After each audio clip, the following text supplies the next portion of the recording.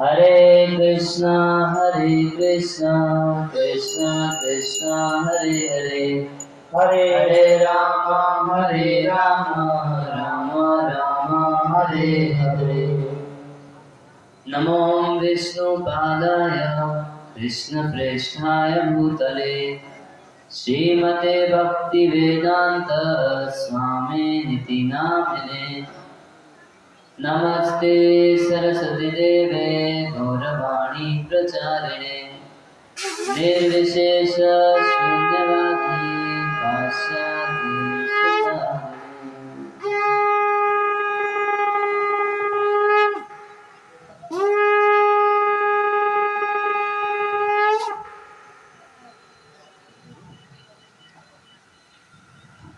Om Namo Bhagavate Vasudevaya. Om Namo Bhagavate Vasudevaya. Om Namo Bhagavate Vasudevaya. Om Namo Bhagavate Vasudevaya. Om Namo Bhagavate Vasudevaya. Om Namo Bhagavate Vasudevaya.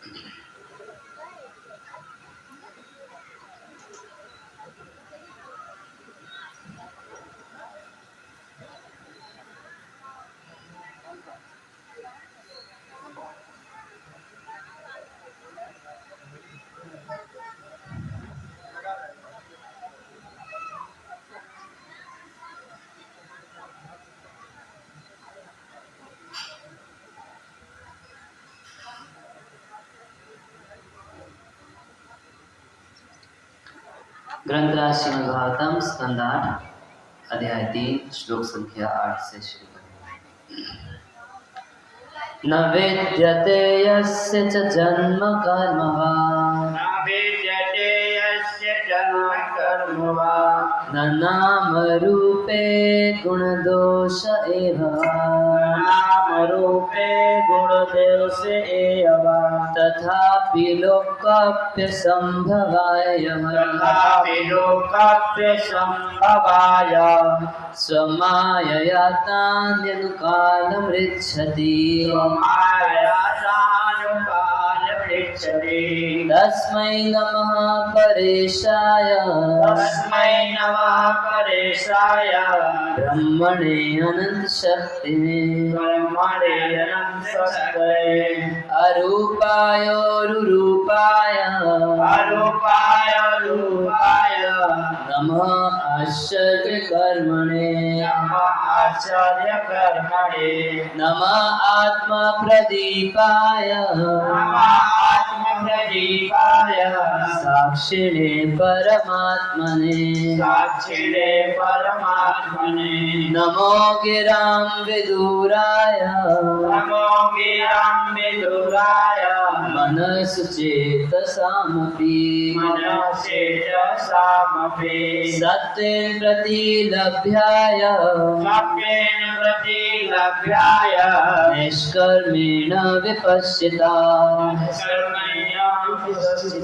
नमः केवल्यनाथाय नमः केवल्यनाथाय निर्वाणसुखसंविदे निर्वाणसुखसंविदे नमः शान्ताय घोराय नमः शान्ताय घोराय मूढाय गुणधर्मिणे मूढाय गुणधर्मिणे निर्विशेषाय साम्याय निर्विशेषाय साम्याय नमो ज्ञानघनाय च नमो ज्ञानघनाय च क्षेत्रज्ञाय नमस्तुभ्यं क्षेत्रज्ञाय नमस्तुभ्यं सर्वाध्यक्षाय साक्षिणे सर्वाध्यक्षाय साक्षिणे पुरुषायात्ममूलाय पुरुषायात्ममूलाय मूलप्रकृते नमः मूलप्रकृते नमः सर्वेन्द्रिये गुणद्रष्टे सर्वेन्द्रिये गुणद्रष्टे सर्वप्रत्ययहेतवे सर्वप्रत्ययहेतवे असताच्छाययो युक्ताय अस्ताच्छाययोयुगाय सदा भासाय ते नमः सदा भासाय ते नमः नमो नमस्ते अखिल कारणाय नमो नमस्ते अखिलकारणाय निष्कारणाय अद्भुत कारणाय निस्कारणाय बुद्धिकारणाय सर्वागमनाय महाडवाय सर्वागमनाय महारवाय नमोपवर्गाय परायणाय नमो वर्गाय परायणाय गुणारणि छञ्चिदुष्मपाय गुणारणिक्षुस्लाभनाय तत्शोभविस्फूर्जितमानसाय विस्फूर्जितमानसाय नैष्कर्म्य भावेन विवर्जितागम् निष्कर्मभावे विजयजितारम् स्वयं प्रकाशाय नमस्करोमि स्वयं प्रकाशाय नमस्करोमि माद्रे प्रपन्न पशुपाशविमोक्षणाय महादेव दुहात शिवाय माद्रे प्रपन्न पशुपाशविमोक्षणाय महादेव पशुपाक्य विमोक्षणाय मुक्ताय भूरि करुणाय नमो लयाय मुक्ताय भूरि करुणाय नमो लाय संशेन सरतनुभृन्मनसि प्रतीता सांसेन सर्वतनजीवंसि प्रतीका प्रत्यग्दृशे भगवते बृहते नमस्ते प्रत्यग्दृशे भगवते प्रियते नमस्ते माद्रे प्रपन्न पशुपाश विमोक्षणाय माद्रे प्रपन्न पशुविमोक्षणाय मुक्ताय भूरि करुणाय नमो लयाय मुक्ताय भूरि करुणाय नमो लाय संशेन सरतनुभृन्मनसि प्रतीता स्वांसेन सर्वमनसे प्रतीका प्रत्यग्दृशे भगवते प्रियते नमस्ते प्रत्यग्दृशे भगवते प्रियते नमस्ते हरे कृष्ण हरे कृष्ण जोर से बोलिए सब लोग हरे कृष्णा हरे कृष्णा हरे कृष्णा हरे कृष्णा कृष्णा कृष्णा कृष्णा कृष्णा हरे हरे हरे हरे हरे राम हरे राम हरे राम हरे राम राम राम राम राम हरे हरे हरे हरे आज कथा का कौन सा दिन है? 5 है। तो हम लोग सुन रहे हैं कि किस तरीके से गजेंद्र जो है कोई नहीं कुम्हारा घाट पर अपनी रक्षा के लिए भगवान को प्रार्थना कर रहे हैं। एक बहुत सुंदर पद है जिसमें गजेंद्र के भाव में लिखा गया है कि कैसे वो भगवान से प्रार्थना कर रहे हैं, उसको हम भक्तनाथ रूप रूप से सुनेंगे। हरे कृष्णा हरे कृष्णा तो हरे कृष्णा। तो ये जो भजन है गजेंद्र मोक्ष, लेकिन ये भजन जो है हिंदी में लिखा हुआ नहीं, बांग्ला में लिखा हुआ है। तो प्रभु जी आपको समझाएंगे, लेकिन मैं सेवा करूंगा, गाऊंगा। ये गाएंगे, आपको पीछे पीछे कोशिश करिएगा गाने का। मीनिंग सरल है, समझ में आएगा। हरे कृष्ण। अगर सुनेंगे तो समझ में आएगा। काना को देना तो खाना समझ में आएगा, नहीं देंगे तो नहीं समझ में आएगा। हरे कृष्णा। তুমি তোমারি বেজারে কে তার রাখিতে পারে ঈর্ষা বশ ত্রিভুবনা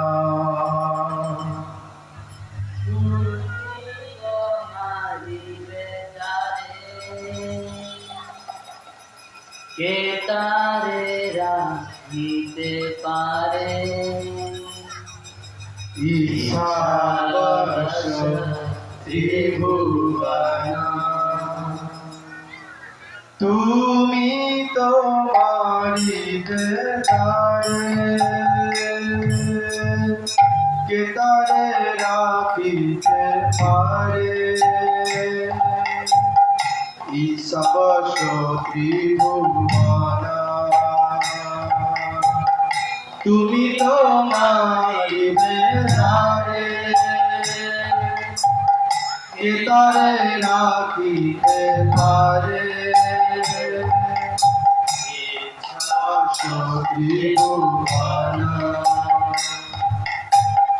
ब्रह्मादि देवगणा तब दासो अवनना करे तब आकर फला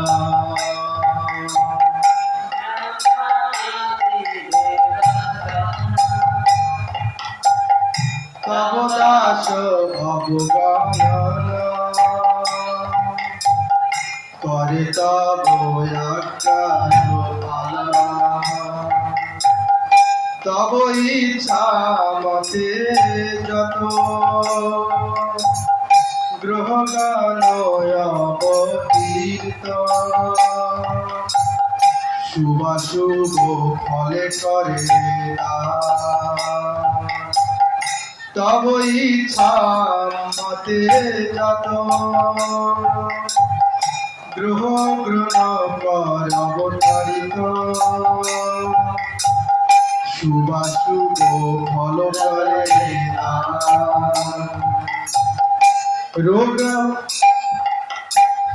रोग शोक स्मृति रोग शोक मृति अवश्य मत तब आशा बलवान शोक मृत्यु भया तब इच्छा मते तब आज्ञा सदा बलवान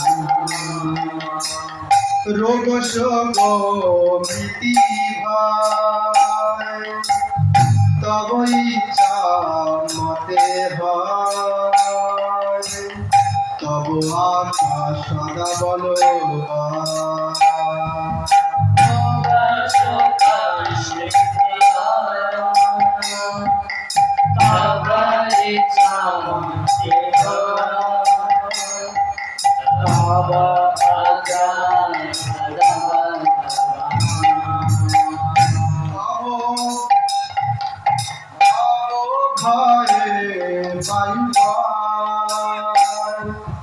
चंद्र सूर्य समुदाय शशब नियमित कार्य करे वायु चंद्र सूर्य समुदाय नियमित कार्य करे तब भय वायु চন্দ্র সূর্য সমুদায় শশাঙ্ক নিয়মিত কার্য করে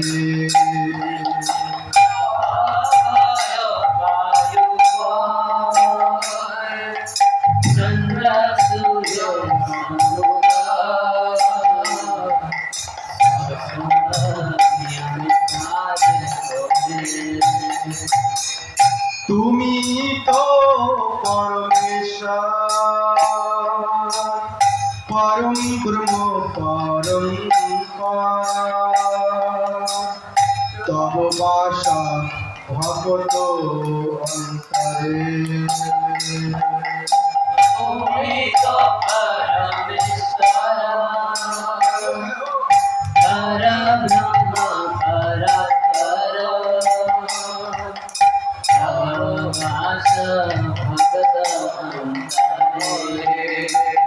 তুমি পরমেশ্বর পরম ব্রহ্ম পরম তব বাস ভগত অন্তরে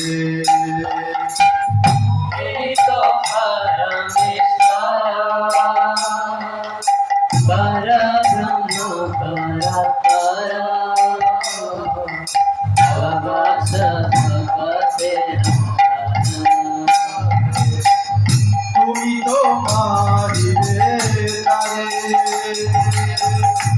তারে রাখিতে পারে ইচ্ছাবশতী ভুমা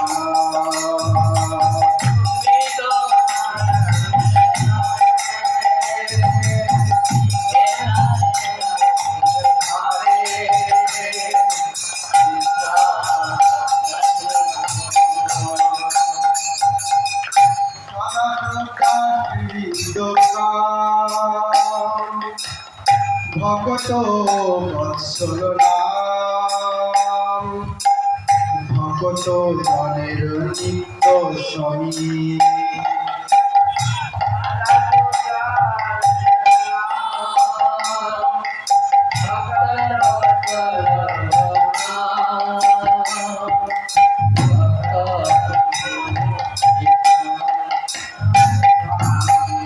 তুমি রাখিবে যারে কে তারে রাখিতে পারে সকল বিধির বিধি তুমি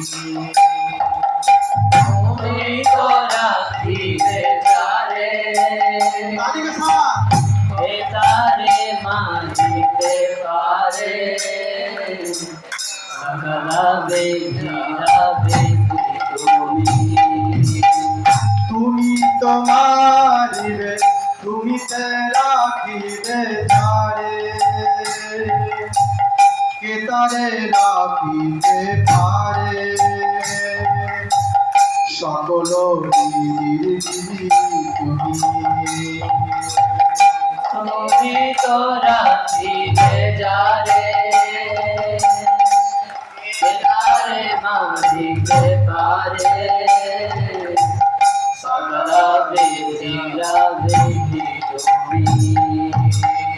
তোমারও চরণে না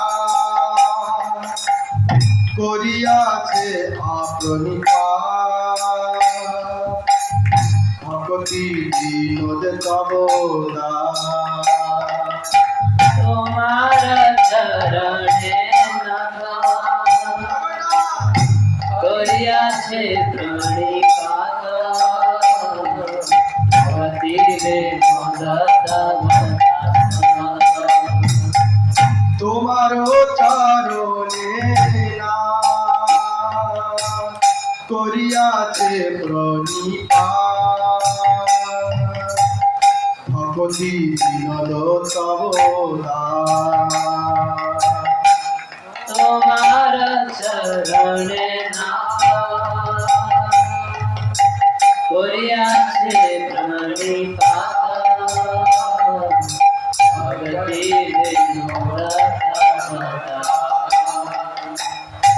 পদেইতে স্বামী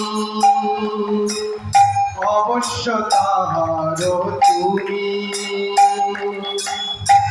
শিবে তাহারো এ বিশ্বাস বিপদা হইতে স্বামী অবশ্য রামারে রোগী শিবে তাহারে বিপদে হইতে স্বামী অবশ্য তাহারো তুমি রক্ষিবে তাহারো এ বিশ্বাস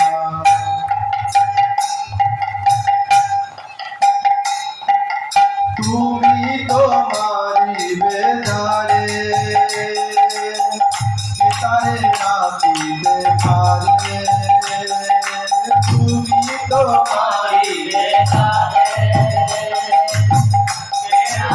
মারিবে তারে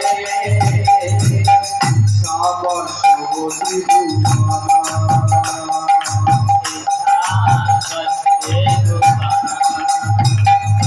ব্রহ্মায়াতি দেবতা ভগদাস ব্রহ্মায়াতি দেবতা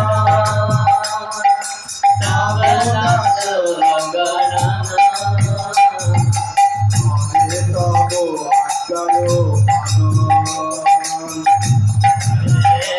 আজ্ঞায়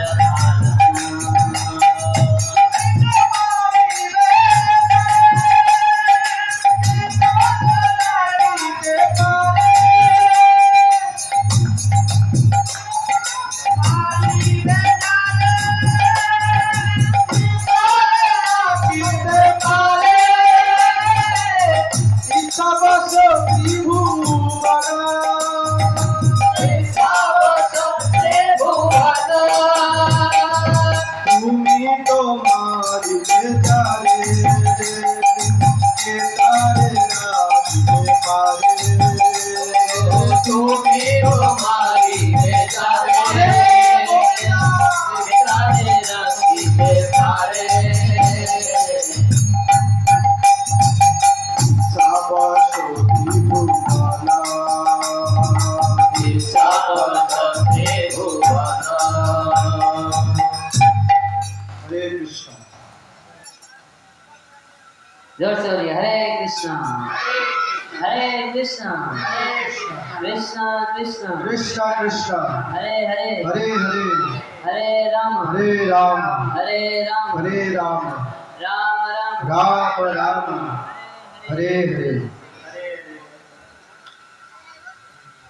तो गजेंद्र के भाव में बहुत सुंदर पद दिखाए भक्तियों ठाकुर ने तेरे तुम्ही तो मारी पे जा रहे के तारे राखी ते पारे यदि भगवान किसी को मारना चाहे तो उसको कौन बचा सकता है क्यों क्योंकि इच्छा अवश्य त्रिभुवन तीनों भुवन भगवान की इच्छा मात्र पे चलता है प्रभुपाद जी कहा करते थे कि तेरा प्लान नहीं चलेगा मेरा प्लान नहीं चलेगा प्लान किसका चलेगा प्लान कृष्णा का चलेगा हम लोग कितनी योजनाएं बनाते हैं कितनी योजनाएं फेल करते हैं क्योंकि योजना एक ही व्यक्ति की चलती है किसकी इच्छा अवश्य त्रिभुवना ब्रह्मा आदि ये बच्चों को चुप करिए सामने बच्चे खेल रहे हैं जिसके बच्चे हैं उसी का नाम खराब होगा ना ए बच्चों माता पिता का नाम बोलो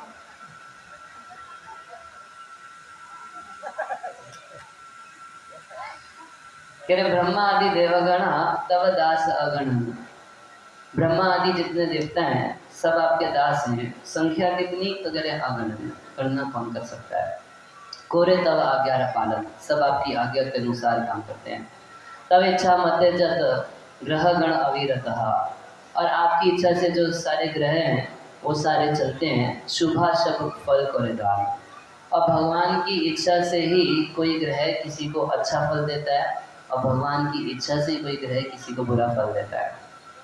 चाहे शनि हो मंगल हो एक जितने भी ग्रह हैं ये सब स्वतंत्र नहीं है, भगवान की इच्छा से शुभाशुभ फल करेगा। ये भगवान की इच्छा से किसी को शुभ फल देते हैं और भगवान की इच्छा से किसी को अशुभ फल देते हैं। रोग शोक मृत्यु भय तब इच्छा मत है। किसी को रोग होता है शोक होता है, मृत्यु होता है, भय होता है, सब भगवान की इच्छा पे होता है। अपना बस नहीं चलता ना, चलता है। कोई रोगी होना चाहता है, कभी मंदिर में जाके प्रार्थना की है, प्रभु जी बहुत दिन हो गए हमको बुखार नहीं हुआ। होता है, किसकी इच्छा से होता है? आपकी इच्छा से तो नहीं होता, आपके माता पिता की इच्छा से नहीं होता, आपके स्वजनों की इच्छा से नहीं होता, तो किसकी इच्छा से होता है? कभी सोचे हैं किसकी इच्छा से होता है? यानी रोग शोक मृत्यु भय तब इच्छा मते है, तब आज्ञा सदा भगवान। भगवान की आज्ञा का ही वैल्यू है, सदा भगवान उन्हीं की चलती है, और किसी की चलती नहीं है संसार। थोड़ी बहुत हम लोगों की चलती है, मगर वो उतनी चलती है जितनी भगवान चलाना चाहते हैं। और जब भगवान चाहते हैं कि नहीं चले तो कुछ नहीं चलती है। तब भय वायु भय, आपके भय से वायु बहती है, आपके भय से चंद्रमा समय पर आता है, आपके भय से सूर्य समय पर आता है। स्व नियमित कार्य करें, सब लोग अपना नियमित कार्य करते हैं, किसकी वजह से? भगवान के भय से। भगवान का इतना बड़ा कंट्रोल है। तुम ही तो परमेश्वर, वो परमेश्वर है, पर ब्रह्म परात पर, वो पर ब्रह्म है, परात पर यानी सबसे परे, सबसे ऊपर। तब तब वास भक्तिर अंतर है, और भगवान रहते किधर है? वो सबको कंट्रोल करने वाले भक्त के द्वारा कंट्रोल होकर उसके हृदय में रहते हैं। सदा शुद्ध सिद्ध कामा, भगवान सदा शुद्ध हैं और सिद्ध कामा, जो चाहते हैं वैसा होता है। भक्त वत्सल नाम, मगर उनका नाम क्या है? भक्त वत्सल, भक्तों से बहुत प्रेम करते हैं। भक्त जने नित्य स्वामी, भक्तों के नित्य स्वामी हैं। कह रहे तुम ही तो राखी बेचारे, के तारे मारी ते पारे। पहले कह रहे थे कि आप जिसको मारना चाहे उसको कौन बचा सकता है, अब कह रहे हैं कि आप अगर किसी को बचाना चाहे तो उसको कौन मार सकता है? एक ग्रह कुछ भी नहीं कर पाएगा जब भगवान बचाने पे आएंगे। सकल विधि र विधि तुम्हें, जो भी विधि है सब विधि भगवान ही है। तुम्हारा चरण है नाथ, कोई अच्छे प्रणिपात, इसलिए हे नाथ आपके चरणों में मैं प्रणिपात करता हूँ, शरणागत हो जाता हूँ। क्यों? क्योंकि भक्ति में तो तव दास, भक्ति में ठाकुर आपका दास है। विपत्ता होइते स्वामी अवश्य तहारे तुम्हें, ये विपत्तियां तो होंगी, ऐसी विपत्तियों से आप अवश्य हमको बचा लेंगे। रक्षी पे तहारी विश्वास, ये विश्वास है हमारा। तो ये गजेंद्र के भाव में बहुत सुंदर पद भक्ति ठाकुर लिखे गए। तो कल हम लोग सुन रहे थे गजेंद्र की स्तुति को। तो कल गजेंद्र बता रहे थे न विद्यते यस्य च जन्म कर्म वा, न नाम रूपे गुण दोष एव वा, तथापि लोकाप्य संभवाय स्वमाया नान्यत् कालम ऋच्छति। कह रहे न विद्यते यस्य च जन्म। तो कल हम लोग समझ गए थे भगवान के जन्म और हमारे जन्म में कोई अंतर है? है ना? बताइए, हाथ खड़ा कीजिए, कौन कौन समझ गया कि अंतर है? यहाँ लेडीज बहुत इंटेलिजेंट है, कुछ पुरुष है ना। नहीं समझ में आया तो फिर से समझाएंगे, जब तक समझ में नहीं आएगा तब तक समझाएंगे। किस किस को समझ में आ गया कि भगवान के जन्म और हमारे जन्म में अंतर है? हाथ खड़ा कीजिए। पुरुष लोग शर्माइए मत, क्योंकि शर्माएंगे तो इससे पता चलेगा कि आपको समझ में। धन्यवाद। तो पूरे गांव के सभी लोग इंटेलिजेंट हैं। तो आप में से कौन कौन भगवान है बताइए? है कोई भगवान? नहीं, भगवान ये है। और हम कौन है? हम भगवान नहीं है, हैं? हैं तो बताइए कि जन्म के समय आपको कौन प्रार्थना किया था घर में आके? कौन सा हेलमेट पहन के पैदा हुए थे?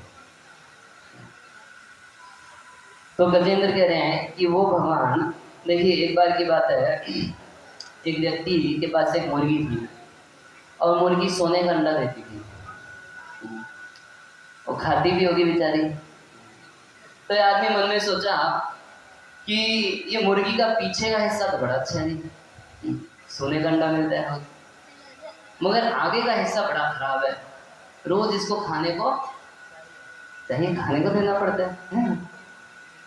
सोचा कि ऐसा करता हूं कि मुर्गी को काट देते हैं, आगे का हिस्सा फेंक देंगे, पीछे का हिस्सा रखेंगे, तो रोज क्या मिलेगा? अंडा, सोने का अंडा मिलेगा। तो क्या किया, उस मुर्गी को बीच में से काट दिया। तो अब उसको सोने का अंडा मिलेगा क्या? क्यों?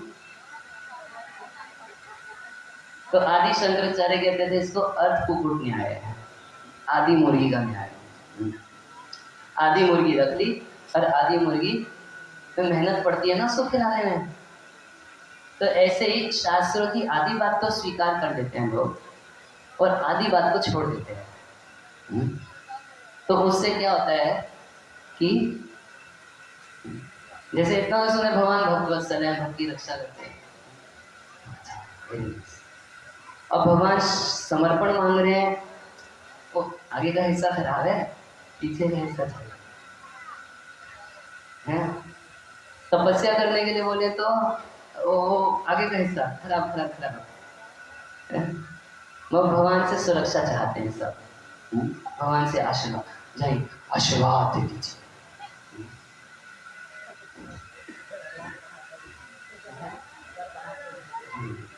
तो कुछ ऐसा कीजिए कि आशीर्वाद अपने आप में। अगर आप भगवान को खुश कर देंगे अपनी सेवाओं से, तो स्वतः भगवान के हृदय से आपके लिए आशीर्वाद देते हैं। तो आदि मुर्गी अच्छी लगती है, कौन सी? पीछे का हिस्सा, अंडा वाला। आशीर्वाद तो चाहिए, मगर कुछ तपस्या, सेवा, समर्पण नहीं करना चाहते। उसी प्रकार से कुछ मायावादी होते हैं। तो श्लोक की आदि बात ले लेंगे, न विद्यते यस्य च जन्म कन्वा, वो भगवान का जन्म नहीं है। मगर जहाँ ये कहा गया है कि वो अजन्मा भगवान जन्म लेते हैं, उस बात को नहीं मानेंगे। जब गजेंद्र बोले कि न नाम रूप है, देखो उसका कोई नाम नहीं है, उसका कोई रूप नहीं है, मगर वही गजेंद्र बोले उरु रूपाय, वो अपने भक्तों के कल्याण के लिए बहुत सारे रूप में आते हैं, तो उसको स्वीकार नहीं करेंगे। इसको क्या बोलते हैं? आधा मुर्गी। अच्छा, भगवान द्रौपदी का चीरहरण किए, सबको पता है। तो द्रौपदी गोपियों का चीरहरण किए। गोप कुमारियां जब कात्यायनी की पूजा कर रही थी, तो उनके वस्त्र चुरा के पेड़ पे चढ़ गए भगवान, ये तो सब जानते हैं। और द्रौपदी का इतना अक्षय चीर दिए उसको, इसको नहीं मानते हैं। इसको क्या बोलेंगे? अल्पकोटि। आदि मुर्गी चाहिए, अंडा जो देती है वो हिस्सा अच्छा है, और जिसमें कुछ भोजन देना पड़ेगा वो अच्छा नहीं है। तो गजेंद्र बोले अरूप आया, उसका कोई प्राकृतिक रूप नहीं है, हमारे आपके जैसा रूप नहीं है भगवान का, मगर उरु रूप आया। और कैसे? अनुकालम रिच्छति, अनुकालम मतलब उनका रूप शाश्वत है, वो डिस्ट्रॉय नहीं होता। भगवान श्री कृष्ण कितने युद्ध किए? एक दो युद्ध नहीं किए हैं। भगवान तो अपने वृंदावन में रहते थे, उस समय भी बहुत सारे असुरों को मारते थे, मगर तब कोई अस्त्र शस्त्र का प्रयोग नहीं करते थे। किसी को मुक्का मारा, किसी के गले पे लटक गए, किसी को तमाचा मारा, ऐसे वध करते रहते थे। किसी के मुख में चले गए, साइज बड़ा कर दिया, ऐसे सबका वध करते थे। मगर उसके बाद जब से मथुरा द्वारका में रहे, कितना युद्ध किए, और जानते हैं भगवान के शरीर पे एक स्क्रैच भी नहीं था, किसी का कोई अस्त्र शस्त्र का निशान, कहीं कोई निशान नहीं। तो उनका जो दिव्य देह है, क्या वो हमारे देह से अलग नहीं है? आप अगर पासपोर्ट बनवाएंगे तो पहले ही बोला जाएगा 2 पहचान बताओ। सबको पता है कि आपके शरीर में कम से कम 2 डिफेक्ट जरूर मिलेगा, तो वो 2 डिफेक्ट बताइए अपने शरीर के, जिससे आपकी पहचान की जा सके कि ये आप ही है। मगर भगवान के उस रूप में, वो अप्राकृतिक रूप में, कोई भी कटा छटा नहीं है। तो कुछ अंतर है या नहीं? तो ये आदि मुर्गी वाले क्या करते हैं? अरूप आया, उसका कोई रूप नहीं है, उसका कोई नाम नहीं है, वो चल नहीं सकता, वो बोल नहीं सकता, वो सुन नहीं सकता, बस तुम ही सब कुछ कर सकते हो। उसके बारे में बोला नहीं जाता, तो क्यों बोल रहे हो फिर? चुप रहो। तो तुम ये बात भी क्यों बोल रहे हो? अगर उसके बारे में बोला ही नहीं जा सकता तो ये बात भी क्यों बोल रहे हो कि उसके बारे में बोला नहीं जा सकता? उसके बारे में ही सबसे ज्यादा बोला था, वो ही एक ऐसा व्यक्ति है जिसके बारे में बोलना चाहिए, बाकी सब फालतू की बकवास है।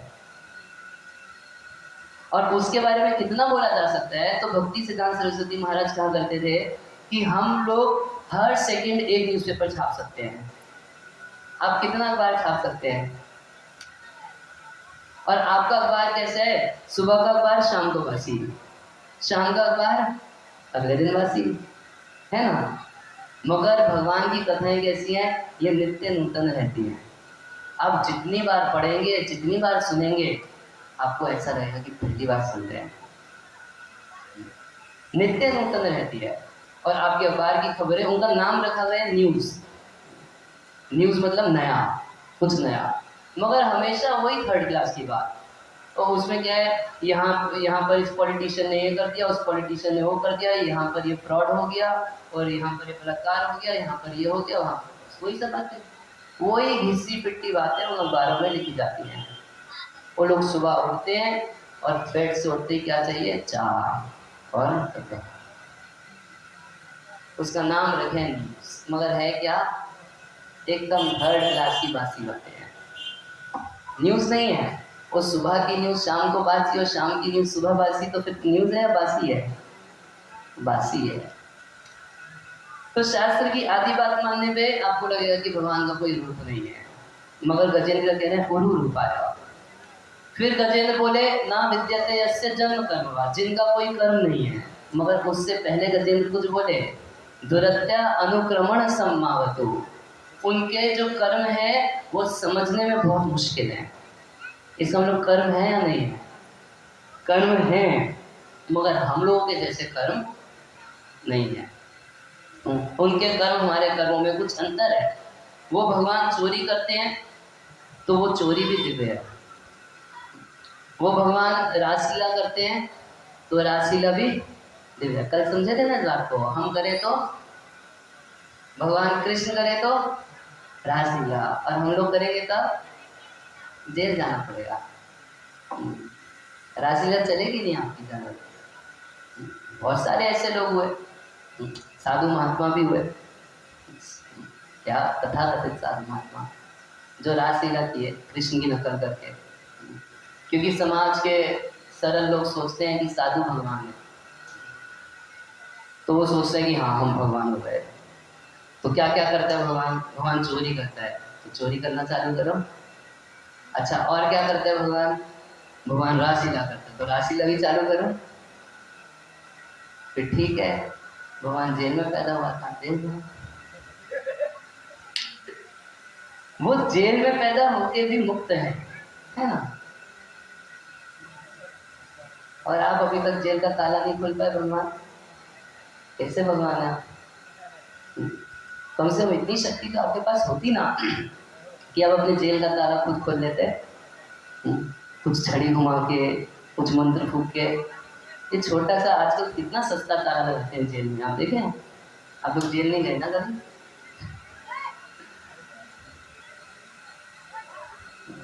उतना सा ताला नहीं खुल पाता। तो क्या भगवान के कर्म और हमारे कर्मों में अंतर है या नहीं है?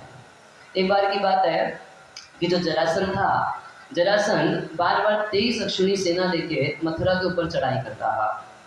तो एक बार जब चढ़ाई किया तो कृष्ण बलराम देखे कि बहुत भारी सेना लेके आया है, तो क्या किए, उसकी सारी सेना का वध कर दिए। उसके बाद बलराम जी जरासंध को भी मारने लगे। तब तक कृष्ण बोल रहे, भैया क्या कर रहे हो? बोले कि शत्रु है, इसको मार रहे हैं। बोले इसको भेजिए ना वापस। क्या हुआ? बोले घर बैठे सारे असुरों को मारेंगे, कहीं जाना नहीं पड़ेगा। आप इसको छोड़ देंगे, फिर से सेना जुटाएगा, फिर से लेके आएगा। हम तो इसीलिए आए हैं, परित्राण साधु नाम और विनाशाय चतुष्कृताम, सारे असुरों को मारने के लिए आए हैं। तो घर बैठे सारे असुरों को मारेंगे ना, तो छोड़ दिए जरासंध को, जाओ वापस। फिर एक अक्षुणी सेना, 23 अक्षुणी सेना जुटाया, फिर आया, मथुरा पे चढ़ाई किया। भगवान फिर सारी सेना का वध कर दिए और जरासंध को वापस भेज दिए। बोले और लेके आओ। फिर लेके आया सेना, फिर सबका वध कर दिए, फिर भेज दिए उसको, और लेके आओ। ऐसे 17 बार मथुरा के ऊपर चढ़ाई किया जरासंध। मगर 18वीं बार भगवान क्या किए, 18वीं बार भगवान कृष्ण और बलराम मथुरा से भाग गए। किसी क्षत्रिय के लिए युद्ध भूमि छोड़ के भागना, पीठ दिखा के पलायन करना, ये बहुत निंदनीय बात है। कोई आज बोल रहा कि रघुकुल रीत सदा चली आई, प्राण जाए पर वचन ना जाए। तो ऐसे ही क्षत्रिय का धर्म है कि क्षत्रिय इतना शूरवीर होना चाहिए कि कोई यदि उसको युद्ध के लिए ललकार दिया तो पीठ दिखा के भागा, इसका मतलब वो क्षत्रिय नहीं है, नकली मार। शास्त्र में उसके लिए शब्द है शत्रु बंधु, यानी क्षत्रिय परिवार में तो जन्म लिया मगर कोई दम नहीं, क्षत्रिय नहीं है। तो भगवान क्या किए, 18वीं बार युद्ध भूमि छोड़ के भाग गए। जब युद्ध भूमि छोड़ के भागे तो भगवान का नाम पड़ा क्या, रणछोड़। रण छोड़ के भागे और भगवान की और पूजा होने लगी। भगवान का एक नाम प्रसिद्ध हो गया, रणछोड़ राय। डाकोर में पहुंचे रणछोड़ से। तो भगवान अगर युद्ध भूमि छोड़ के भी भागे तो वो कर्म कैसे है, वो दिव्य है। भगवान चोरी करें दिव्य है, राज करें दिव्य है, झूठ बोले दिव्य है। कैसे दिव्य है, उनकी रासलीला सुन के आपकी रासलीला बंद हो जाएगी, उनके झूठ सुन के आपका झूठ बोलने की आदत खत्म हो जाएगी, उनकी चोरी की लीला सुन के आपकी चोरियां बंद हो जाएंगी। तो दिव्य है या नहीं। तो गजेंद्र कह रहे हैं, ना विद्यते यस्य च जन्म कर्म वा और न नाम रूपे गुण दोष एगा। उनके नाम हमारे नाम जैसे नहीं है, कल हम सुने, उनके रूप हमारे रूप जैसे नहीं है, और उनके ना गुण है और ना दोष है। न गुण दोष एवं, गुण दोष एवं का अर्थ है कि उनके गुण और दोष हमारे जैसे नहीं है, कि कोई चीज भगवान में गुण हो गई और कोई चीज दोष हो गई। एक उदाहरण, जैसे चोरी, चोरी गुण है या दोष है, गुण है, दोष है क्या है, भगवान के लिए ना गुण है ना दोष है। तो भगवान में कोई दोष नहीं हो सकता। कोई बोले कि भाई द्रौपदी का वो वस्त्र दिए तो गुण हो गया और गोपियों का वस्त्र हरण किए तो दोष हो गया, ऐसा नहीं है, दोनों भगवान का गुण है।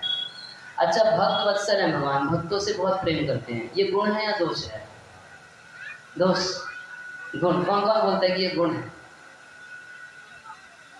अच्छा, और कौन कौन बोलता है कि दोष है कि भगवान भक्तों से बहुत प्रेम करते हैं। ये कुछ माताएं सोच रही हैं कि नाक कट जाएगी इसलिए कुछ बोले नहीं, कुछ लोग तो बोल रहे हैं। अच्छा, भक्त वत्सल है, आपके हिसाब से गुण है। कुछ लोग कहते हैं कि ये दोष है, पार्शियलिटी करते हैं, भेदभाव करते हैं। देखो, गोपियों से प्रेम करते हैं, कंस का वध कर दिए, पांडवों का पक्ष लेते थे, दुर्योधन को मरवा दिए, सारे पर्वों का वध करवा दिए। तो भेदभाव है भगवान में या नहीं है। तो भक्त वत्सल्य उनका गुण हो गया, और भेदभाव करते हैं, अगर भक्त वात्सल्य है तो भेदभाव कर रहे हैं, भेदभाव है तो मतलब दोष हो गया। गजेंद्र कह रहे हैं ऐसे भगवान के गुण दोष नहीं पता चलेंगे आपको। भगवान कभी भेदभाव नहीं करते, सबके प्रति समय। कैसे समय, जैसे मान लीजिए कि दिव्यांबर प्रभु मेरे को 100 रुपया दिए, वो अनिरुद्ध मेरे को 500 रुपया दिया, अब मैं दोनों को उठा के 500 रुपये दे दूंगा, क्या इसको सम बोलेंगे। ये मेरे को 100 दिए, मैं इनको 100 दे देता हूँ, वो 500 दिए, उनको 500 दे देता हूँ, इसको सम बोलेंगे, है ना। यही ठीक रहेगा ना। ये 100 दिए, वो 500 दिए, वो 1000 दिए, सबको एक बराबर 500 दे दूँ, क्या ठीक है। नहीं, ये 100 दिए तो 100 देता हूँ, 500 दिए तो 500 देता हूँ, 1000 दिए तो 1000 देता हूँ, ये समझे है। तो भगवान भी यही करते हैं, ये यथा माम प्रपद्यन्ते तां सत्यं भजाम्यहम्। जो जैसे भगवान का भजन करते हैं वैसे भगवान भी उसका भजन करते हैं। तो गोपियाँ सोचती थी हमारे प्रियतम है तो भगवान प्रियतम हो गए, यशोदा माता सोचती थी कि मेरा लाला है तो मेरी माँ हो गई, सखा भगवान के सुबल मधुमंगल सोचते थे हमारे सखा हैं तो सखा हो गए, नारद हनुमान आदि सोचते हैं कि हमारे स्वामी हम इनके दास हैं तो स्वामी हो गए। अपन सो सहा मार देगा मार देगा मार देगा, तो भगवान मार दिए। ठीक ही किया ना, कुछ गड़बड़। सबके प्रति समय, आप किस चेतना से भगवान के पास जाते हैं ये आप पर निर्भर करता है। अब कंसू से मार देगा मार देगा मार देगा मार देगा मार देगा, भगवान बोले ओके मार दिया। यशोदा माता प्रेम करती थी तो भगवान उनको प्रेम किए। तो भगवान के गुण और दोष यदि हम इस तरीके से नापेंगे कि ये गुण हो गया ये दोष हो गया, तो कह रहे हैं ऐसे गुण दोष भगवान में नहीं है। भगवान जो कुछ करते हैं गुण ही गुण है। जब समुद्र मंथन के समय लक्ष्मी जी प्रकट हुई तो उस समय लक्ष्मी जी अपना पति ढूंढ रही थी। तो जब पति ढूंढ रही थी तो जितने भी लोग वहाँ पर बैठे थे सबके अंदर कुछ गुण देखती थी और सबके अंदर कुछ दोष भी दिखाई पड़ता था। तो लक्ष्मी जी विचार कर रही हैं कि कोई कोई तो जी बहुत अच्छा है भाई, इसके अंदर तपस्या बहुत है, तपस्या तो बहुत है मगर देखिए क्या कि क्रोधी बहुत है। जैसे दुर्वासा मुनि तपस्या बहुत करते हैं मगर स्वभाव के कैसे हैं तो बड़े क्रोधी हैं। तो लक्ष्मी जी कह रही है नूनम तपो यस्य च मनोर्विचयो, कोई कोई तपस्या तो बहुत करते हैं मगर बड़े क्रोधी स्वभाव का रिजेक्ट करती थी, बोले ये बेकार है, इससे विवाह नहीं करेंगे। और ज्ञानम क्वचित तच्चन संवर्जितम, किसी किसी को ज्ञान तो बहुत है, जैसे बृहस्पति शुक्राचार्य ये देवताओं के गुरु असुरों के गुरु हैं, ज्ञान तो बहुत है इनको मगर न संग विवर्जितम, संसार में आसक्ति अभी भी बनी हुई है। और बृहस्पति जी सोचते हैं कि इंद्र हमको दक्षिणा देगा उससे घर परिवार चलेगा, और शुक्राचार्य सोचते हैं कि बलि महाराज हमको दक्षिणा देंगे उससे घर परिवार चलेगा, इसीलिए अपना सारा ज्ञान लगाते रहते हैं। उन दोनों को रिजेक्ट कर दी, बोले इनसे भी शादी नहीं करना। फिर कश्यप महान तस्य न काम नहीं चलेगा, और कोई कोई महान तो बहुत है मगर काम ही बहुत है। और स ईश्वर किम परतो विपाश्रय, और इंद्र आदि देवता राजा हैं, ईश्वर हैं, कंट्रोलर हैं मगर खुद भी किसी दूसरे पर निर्भर है। तो ऐसे लोगों को पति क्या बनाना जो खुद ही दूसरे के ऊपर निर्भर है। तो लक्ष्मी जी ने वो भी रिजेक्ट कर दी। उसके बाद मन में विचार कर रही है कि धर्म क्वचित तत्न भूत सौहृद, किसी किसी में धर्म तो बहुत है मगर दया की भावना नहीं है। तो ऐसे लोगों को लक्ष्मी जी पसंद नहीं करती कि बहुत धर्म हो मगर प्लेट में नॉनवेज रखा है, कोई दया ही नहीं है, मछली के प्रति दया नहीं, बकरी के प्रति दया नहीं, है ना। हृदय इतना कठोर है और कहते हैं कि हम बहुत बड़े, ऐसे कुछ लोग हम भी सनातनी हैं। अब प्लेट में क्या रखे हैं, बकरा रखे हैं, मछली रखे हैं, है? तो दया नहीं है। अब सोचिए एक पिता है, उसकी 4 संतान है, वो जो बड़ा लड़का है वो बोलता है पापा ये जो सबसे छोटा है ना मुझे लगता है किसी काम का नहीं है और पॉपुलेशन भी बहुत बढ़ रही है, तो मैं आज सोच रहा हूँ इसको फ्राई करके खा जाता हूँ। पापा बहुत खुश हो गया। सब भगवान की संतान है तो क्या भगवान देख के बड़े खुश होते होंगे कि एक संतान दूसरी संतान को काट के खा जाती है।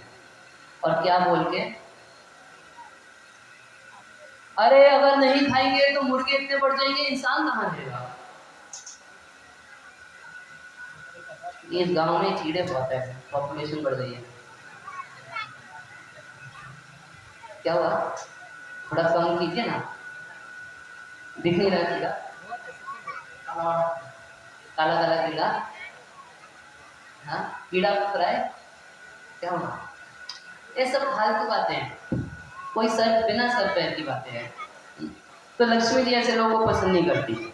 अरे धर्म क्वचित, धर्म तो बहुत है, खूब आरती करते हैं, अगरबत्ती दिखाते हैं, ये करते हैं वो करते हैं, ढैंढ ढैंढ बहुत है मगर ततना भूत सौहृदा, मगर जीवों के ऊपर दया नहीं है, रिजेक्ट करिए। त्यागा क्वचित ततना मुक्ति कारणम, देखिए दक्ष वगैरह जो है इसमें त्याग तो बहुत है मगर ऐसा त्याग है भगवान का भजन करता नहीं, तो ऐसे त्यागी का क्या फायदा, उनका मुक्ति होने वाला नहीं, उन सबको भी रिजेक्ट कर दी। तो कह रही है वीर्य ना पुंसो जो निष्कृत। और कुछ लोगों को देखें कि इनके अंदर बल तो बहुत है, अलग अलग तरीके से देखने के लिए न ही द्वितीय गुण संविवर्जित, मगर किसी ना किसी तरीके से ये तीनों गुणों में है ही है। अच्छा कुछ को देखी कि ये लोग पवित्र तो बहुत हैं, जैसे ब्रह्मा जी के पहले 4 पुत्र 4 कुमार, तो पवित्र तो ये बहुत है मगर स्त्री को खुश कैसे रखना है इनको पता ही नहीं है, ब्रह्मचारी है तो हम रिजेक्ट कर देखिए, इनसे भी विवाह नहीं करना। तो कह रहे हैं क्वचित चिरायु नहीं शील मंगला, किसी किसी की आयु तो बहुत लंबी है मगर अच्छा आचरण नहीं है। जैसे कौन, तो बली महाराज आयु बड़ी लंबी है, बोले ना भगवान के विरोधी है, इनसे शादी नहीं करेंगे। फिर उनको भी रिजेक्ट कर दी। फिर कहेंगे क्वचित तपस्य न वेद्य मायुष।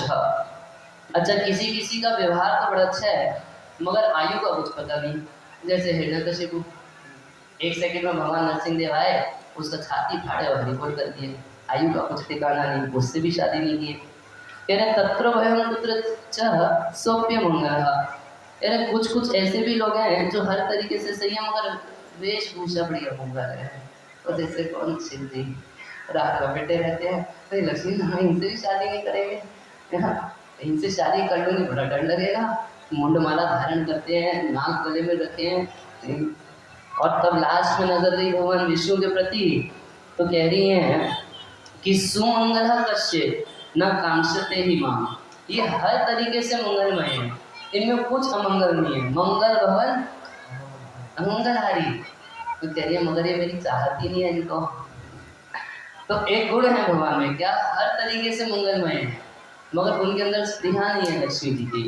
ब्रह्मा आदि सारे देवता चाहते हैं लक्ष्मी को। आप सब भी लक्ष्मी चाहते हैं नहीं चाहते हैं? आते हैं आशीर्वाद मांगने तो कोई ये आशीर्वाद थोड़ी ना चाहता होता है कि प्रभु जी कृपा कीजिए, संसार बंधन कर जाए, हमको भगवान के चरण कमलों की सेवा प्राप्त हो ना।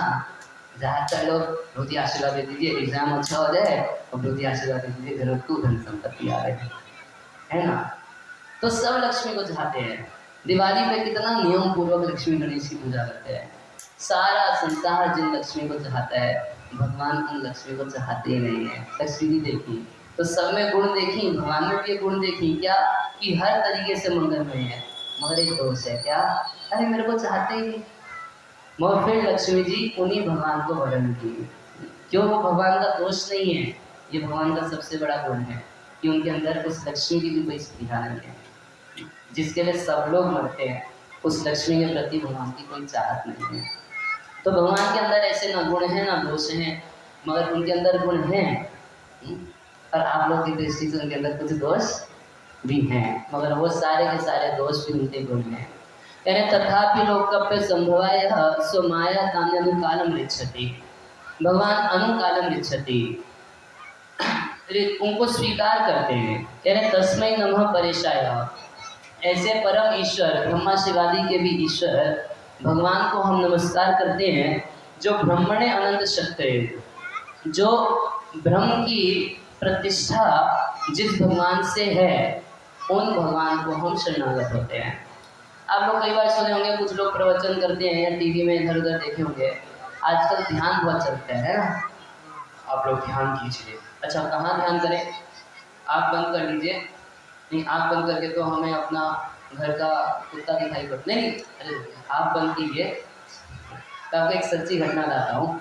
एक बार की बात है, ये गांव में एक ध्यान का केंद्र लगा था, ऐसे कैंप लगा था, जैसे भागवत कथा का लगाया, तो वहाँ पर ध्यान लगाते थे। तो बहुत सारे गांव के लोग जाते थे क्योंकि सब लोग तो अशांत हैं, सब लोग सोचते हैं कि थोड़ी देर ध्यान लगा लेंगे शांति हो जाएगी। तो हम लोग का एक भक्त भी वहाँ पर गया, बोला चलो देखते हैं क्या कराते हैं वहाँ पर। तो वहाँ पर ध्यान के उस कैंप में गया, वापस आया तो हमारे गुरु महाराज से पूछे कि कहाँ गए थे? बोला कि हम वहाँ गए थे ध्यान लगाने गए थे। बोले अच्छा, तो वहाँ पर क्या बैठा था बताओ? बोले वहाँ पर एक व्यक्ति बैठा था और वो सबको बोला कि तुम सब लोग अपनी आंखें बंद कर लो। तो अच्छा फिर तो आंखें बंद की, हाँ सब लोग आंखें बंद कर ली। और क्या हुआ?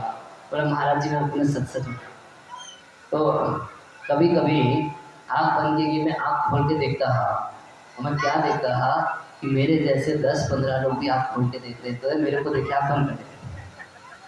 अच्छा अच्छा ठीक है, अच्छा कुछ ध्यान लगा? अरे हाँ महाराज जी, वो भी मैं आपको सच बता देता हूँ। जब मैं आँख बंद किया, वो बोले कि ध्यान लगाओ। तो चल क्या बताए किस पे ध्यान लगाना है? बोले कुछ भी ध्यान लगाओ, बस ध्यान लगाओ। तो अच्छा तुमको क्या है ध्यान में? बोले महाराज सच बताता हूँ, मैं खेत में पानी चला के आया था, मुझको अपना खेत का मोटर और पानी आ रहा था। ध्यान में मुझको वही दिखाई पड़ रहा था। इस कलयुग में चित्त इतना ज़्यादा डिस्टर्ब है, इतना ज़्यादा डिस्टर्ब है कि अगर आप ध्यान लगाएंगे तो आपको ये याद आएगा कि उससे 150 रुपये देना है, उसको 150 रुपये देना है, वो बदमाश ने मुझको कल ये गाली दी, उसको कल ये गाली दे के पूरा करूँगा के साथ। ध्यान नहीं लग सकता। खैर नहीं है, कुछ लोग बोलते हैं ध्यान लगाओ, तो किसका ध्यान लगाए? तो शास्त्रों में तो बताया कि भगवान विष्णु के सुंदर स्वरूप का ध्यान रखना चाहिए। भीष्म पितामह ध्यान किए भगवान के स्वरूप का, ध्रुव महाराज ध्यान किए भगवान के सुंदर विष्णु स्वरूप का। तो भगवान के विष्णु स्वरूप का मन में ध्यान करने की विधि है। मगर आजकल एक नया ध्यान चला है, क्या? बहुओं के बीच में ध्यान लगाओ। किस चीज़ का ध्यान लगाओगे? ज्योति का ध्यान लगाओ। तुमको ऐसे ज्योति दिखाई पड़ेगी। तो ये जो ज्योति है, जिसको लोग बोलते हैं कि जब आप मुक्त हो जाएंगे तो बड़ी ज्योति में छोटी ज्योति जाके मिल जाएगी, ऐसे बोलते हैं। सुने आप लोग? कुछ लोग सुने होंगे, कुछ नहीं सुने होंगे। ज़्यादातर लोग यही सोचते हैं कि संसार से निकलेंगे तो सब खत्म हो जाएगा। और काफ़ी सारे बूढ़े लोग तो प्रार्थना भी करते हैं इसे, है ना, सब खत्म हो जाए, महाराज जी बस यही चाहते हैं। तो ये तो केवल फ्रस्ट्रेशन है। तो ऐसे लोग जो है वो ब्रह्म ज्योति को प्राप्त करते हैं।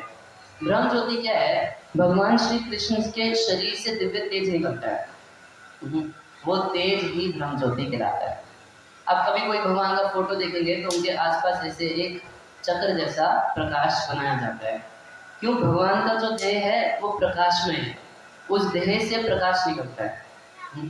और वो प्रकाश इतना ज़्यादा निकलता है कि वही ब्रह्म ज्योति के रूप में है। और उस ब्रह्म ज्योति की एक चिंगारी आपको प्रतिदिन सूर्य के रूप में दर्शन होती है। सोचिए कितना तेज भगवान के शरीर से निकलता होगा। तो ये जो ब्रह्म बोलते हैं, ये ब्रह्म और कुछ भी नहीं है, ये भगवान के शरीर से निकलने वाला तेज है। कह रहे हैं ब्रह्मण्य अनंत शक्ति अरूपाय उरूपाय।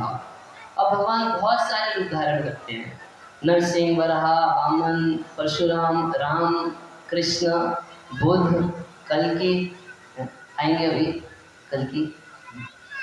तो बहुत सारे रूप धारण करते हैं। उरु रूपाय और कह रहे नमः आश्चर्य कर्मणे। इतना सारा रूप में भगवान आश्चर्य कर्मणे, अनेक आश्चर्यमय कर्म करते हैं। हम इस संसार में कुछ चीज़ों को वंडर मानते हैं, है ना। कुछ लोग बोलते हैं 7 वंडर्स हैं, 8 वंडर्स हैं, कितने वंडर है। मगर जितना वंडरफुल भगवान काम कर सकते हैं उतना वंडरफुल कोई नहीं कर सकता। कोलकाता में आप जाएंगे तो हावड़ा ब्रिज को लोग वंडर मानते हैं, है ना। ये हावड़ा ब्रिज है, कितना हुआ? 1-1.5 किलोमीटर की ताकत है। तो बिना बीच में पिलर डाले ब्रिज बना दिया, तो लोग उसको फोटो खींचने जाते हैं, है ना। आश्चर्य, कितना आश्चर्य! अरे बिना पिलर के इतना बड़ा ब्रिज बना दिया। और भगवान रामचंद्र कितना बड़ा ब्रिज बनाए थे। भगवान रामचंद्र जो ब्रिज बनाए उसमें एक भी पिलर लगा था? कोई पिलर नहीं लगा। और 800 मील लंबा ब्रिज था। ये छोटा सा 1 किलोमीटर का ब्रिज लोग फोटो खींचने जाते हैं। और भगवान रामचंद्र किसी फेसबुक पे फोटो नहीं डाले, यूट्यूब पे वीडियो नहीं बना के डाले कि देखो हम कितना बड़ा कर्म कर दिए। बहुत कितना आश्चर्य की बात है। 800 मील लंबा एक पुल बनाए, और जानते हैं कितना चौड़ा था? 80 मील चौड़ा वो ब्रिज था। बनाने की कला तो आप जानते हैं।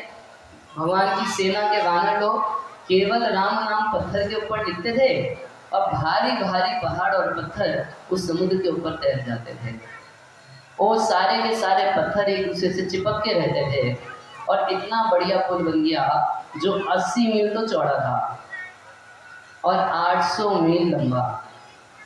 इसको क्या आश्चर्य नहीं बोलेंगे? कितना बड़ा आश्चर्य कर्म है। हावड़ा ब्रिज देखते जाते हैं लोग, सोचिए। तो पहले वैज्ञानिक लोग बोलते थे अरे किसको पता है, सब मनगढ़ंत बातें, माइथोलॉजी है। मगर अब समुद्र के नीचे जब उनको राम सेतु के अवशेष प्राप्त हुए तब बोलती बंद हो गई। भगवान ऐसे आश्चर्यमय कर्म करते हैं कि मात्र 7 साल के भगवान श्री कृष्ण, एक बार की बात है कि इंद्र जो थे, ब्रजवासी हर साल इंद्र की पूजा करते थे दिवाली के बाद। तो दिवाली का अगला दिन था, और दिवाली वाले दिन सब लोग खूब इधर से उधर भाग दौड़, ये वो सब। तो नंद महाराज के पास कन्हैया पहुंचे, बोले बाबा बाबा ये इतना भाग दौड़ क्या चल रहा है, क्या हो रहा है? तो कुछ वयोवृद्ध लोग बोले अरे तुमको क्या लेना देना, जाओ यहाँ से। तो कन्हैया बोले बाबा मुझको बताओगे तो कल मैं भी करूँगा। तो नंद महाराज बोले अच्छा ये जिम्मेदार बनने के लिए पूछ रहे, बता देते हैं। देखो बेटा, इंद्र जो है वो वर्षा करते हैं, वर्षा से सबका कृषि चलता है, सब कुछ चलता है ना। ऐसे इंद्र को संतुष्ट करने के लिए हम लोग इंद्र के लिए यज्ञ करते हैं हर साल। तो भगवान तुरंत पूछ दिए कि ये जो इंद्र यज्ञ है बाबा, ये शास्त्रों में बताया है या लोक परंपरा में है? बोले शास्त्रों में बताया है तो उसको करने का कुछ फायदा है, और देखा देखी कर रहे हैं तो उससे तो कोई फायदा होने वाला नहीं है। तो आप ये बताइए कि या ये इंद्र यज्ञ शास्त्र में बताया, तब तक कुछ बड़े बुजुर्ग हमें, अरे चुप करो, तुम इतना सवाल जवाब क्यों करते हो बाबा बाबा, हम भी कल को करेंगे, हमें बताइए। तो नंद महाराज समझाए कि देखो इंद्र वर्षा करते हैं, ये है वो है, देवता देवताओं के राजा। तो भगवान बिल्कुल नास्तिक जैसी बातें करना शुरू की। बोले अरे देवता क्या करेगा, वो बारिश करता है। बोलो इंद्र बारिश करता है ना, और यज्ञ करेंगे तो बारिश करता है। बोले तो समुद्र में जाके कौन यज्ञ करता है? समुद्र में बारिश होती है नहीं होती है? हाँ समुद्र में बारिश होती है, वहां जाके कौन यज्ञ करता है? देखो ऐसा है कि इंद्र का काम है बारिश करना, आप यज्ञ करो चाहे ना करो बारिश, तरह तरह से इतना कर्म मीमांसा भगवान बोले।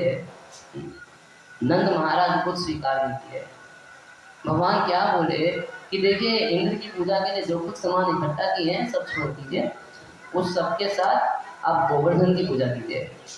क्योंकि ये जो गोवर्धन है, हम तो गाय चराते हैं, ये गोवर्धन पे हमारी गाय पानी पीती है, ये गोवर्धन पे हमारी गाय घास खाती है, ये गिरिराज जो है, गोवर्धन जो है, यही तो हमारा पालन पोषण करते हैं। हम सब मिलके गोवर्धन की पूजा करेंगे। नंद महाराज नहीं माने। तब तक भगवान एक वाक्य बोल दिए कि हे बाबा, ये ब्राह्मणों को, गायों को और मुझको प्रिय है। अब जैसे ही कृष्ण बोले कि मुझको प्रिय है, अब नंद महाराज आगे पीछे कुछ नहीं देखे। इंद्र इतना बड़ा देवता है, क्या करेगा क्या नहीं कुछ नहीं सोचे, कृष्ण को यही अच्छा लगता है तो चलो सारा सामान जो इंद्र के यज्ञ के लिए इकट्ठा किया था लेके चलिए गोवर्धन की पूजा करने के लिए। और नंद महाराज जानते थे कि इंद्र इतना बड़ा देवता है, हमारी खैर नहीं अगर उसकी पूजा छोड़ेंगे। अब इधर गोवर्धन की पूजा हुई तो खबर पहुंची इंद्र के पास।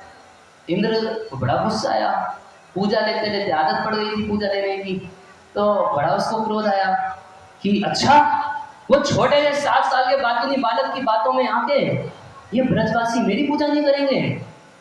तो जो प्रलय काल के बादल होते हैं उनको आदेश दिया कि पूरे ब्रज को डुबा के मार दो। तो बादल जो थे वो गए और वहां पर ब्रज पे इतना मूसलाधार बारिश कर रहे हैं, इतना मूसलाधार बारिश कर रहे हैं कि ब्रजवासियों को लगा कि आज तुम बचेंगे नहीं। तो जानते हैं कि भगवान के जो भक्त होते हैं वो मुसीबत के समय क्या करते हैं, वो भगवान को याद करते हैं। तो सारे के सारे ब्रजवासी कृष्ण कृष्ण महाभाव भक्ता नाम अभयंकर, हे कृष्ण तुम्हारे कहने से देखो हमने इंद्र की पूजा ना करके गोवर्धन की पूजा की, और देखो तो इंद्र अब हमारे साथ क्या कर रहा है, लगता है कि बारिश करके हमें, हमारी गायों को, सबको मार देगा। तो भगवान को घबराए नहीं, भगवान मुस्कुराने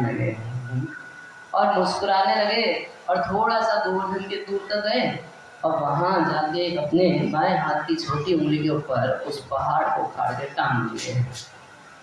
और सारे ब्रजवासियों को बांसुरी हो जाके बोले कि आप सब लोग यहाँ जाओ, अपनी गाय बछड़े सबको लेके पर्वत के नीचे आ जाओ।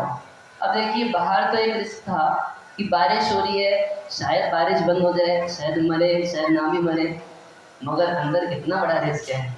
7 साल का छोटा सा बच्चा बोल रहा है कि पहाड़ उठा लिया उसके नीचे आकर खड़े हो जाओ, थोड़ा सा बैलेंस अगर बिगड़ा तो पाउडर भी नहीं बचने वाला किसी का। मगर ब्रजवासी इतना प्रेम करते हैं कृष्ण से कि कृष्ण के ऊपर इतना भारी विश्वास कि सारे के सारे ब्रजवासी वो गोवर्धन पर्वत के नीचे चले गए। और 7 दिन 7 रात इंद्र खूब बारिश किया, ब्रजवासियों को तंग करना चाहता था, कृष्ण को तंग करना चाहता था, मगर बहुत प्रयास किया भगवान और उनके भक्तों को तंग करने का, मगर हुआ क्या, इंद्र ही तंग हो गया। किस बात से तंग हो गया, अरे मैं इनको परेशान करने के लिए इतनी मेहनत करूंगी, यार परेशान क्यों नहीं हो रहे। इंद्र इस बात से परेशान हो गए। तो 7 दिन 7 रात खूब मूसलाधार बारिश किए, मगर भगवान को कोई फर्क ही नहीं पड़ा। तो सोचिए एक 7 साल का छोटा सा बच्चा गोवर्धन पर्वत जितना बड़ा पर्वत उठा लिया। क्या ये आश्चर्य कर्म नहीं है? कोई उठा सकता है? तो नकली भगवान जो बनते हैं उनको 2-4 क्विंटल का बोरा दीजिए आटे का, पर्वत कहाँ कह रहे हो उठाने के लिए, थोड़ा 2-4 क्विंटल आटे का बोरा उठा के दिखाइए, उठा पाएंगे? मगर असली भगवान क्या किए, 7 साल के छोटे से कृष्ण और अपने बाएं हाथ की छोटी उंगली के ऊपर भगवान अपना पराक्रम दिखाना चाहते थे, है? तो ऐसा नहीं कि दोनों हाथ लगा दिए बड़ा, अपने बाएं हाथ की छोटी, ऐसे बोलते ना, ये तो मेरे दाएं हाथ का खेल है, ये तो मेरे बाएं हाथ का खेल है, ये दिखाना चाहते हैं। और बाएं हाथ की भी ऐसे थंब नहीं लगा है, इसके ऊपर गिरिराज जी को टांग दिए। कोई कर सकता है ऐसा? और कैसे उसको टांग दिए?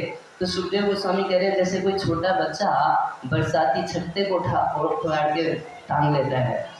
बरसाती छत्ता देखे आप लोग, बरसात के दिन में ऐसे छाता जैसा एक नहीं उठ जाता गोबर में, मिट्टी में, इंग्लिश में मशरूम गोबर छत्ता बोलते हैं आप लोग, या तो गाय का गोबर देखे ना आप लोग। तो उसको एक बच्चे को उसको फाड़ने में कितनी मेहनत लगेगी, कितनी मेहनत लगेगी? ऐसे जाएगा यूं फाड़ के टांगेगा। बिल्कुल वैसे भगवान गए, बस गिरिराज जी को फाड़े और यूं अपने हाथ में टांग दिए। तो गजेंद्र कह रहे हैं वो भगवान जो आश्चर्य कर्म में, जो आश्चर्यमय कर्म करते हैं, ऐसे भगवान आके हमारी रक्षा करे। छोटे मोटे काम करने वाले क्या रक्षा करेंगे, संकट बहुत बड़ा है। माताओं बच्चों को छुट्टी थी ना,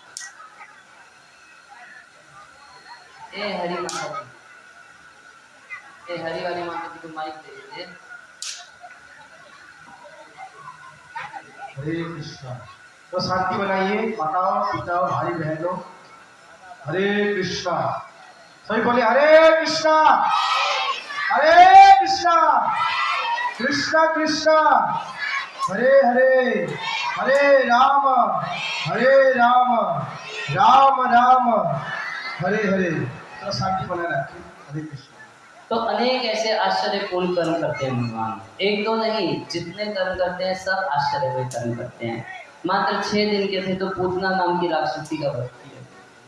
तो ऐसे कह रहे हैं गजेंद्र कि ऐसे आश्चर्यमय कर्म करने वाले भगवान को हम प्रणाम करते हैं। अरे नमः आत्म प्रदीपाय, साक्षी ने परमात्मा ने। तो भगवान आत्म प्रदीप हैं। प्रदीप समझते हैं? प्रदीप मतलब दिया, दीप मतलब दिया। तो आत्म प्रदीप मतलब कि भगवान को जानने के लिए, भगवान को समझने के लिए किसी दूसरे की आवश्यकता नहीं है। भगवान ही अपने बारे में किसी को ज्ञान दे सकते हैं। भगवान समझाने में सब समर्थ है। जैसे कोई व्यक्ति मान लीजिए सूर्य को देखना चाहे, आप अगर सूर्य देखना चाहें तो क्या टॉर्च लाइट लेके सूर्य को ढूंढेंगे?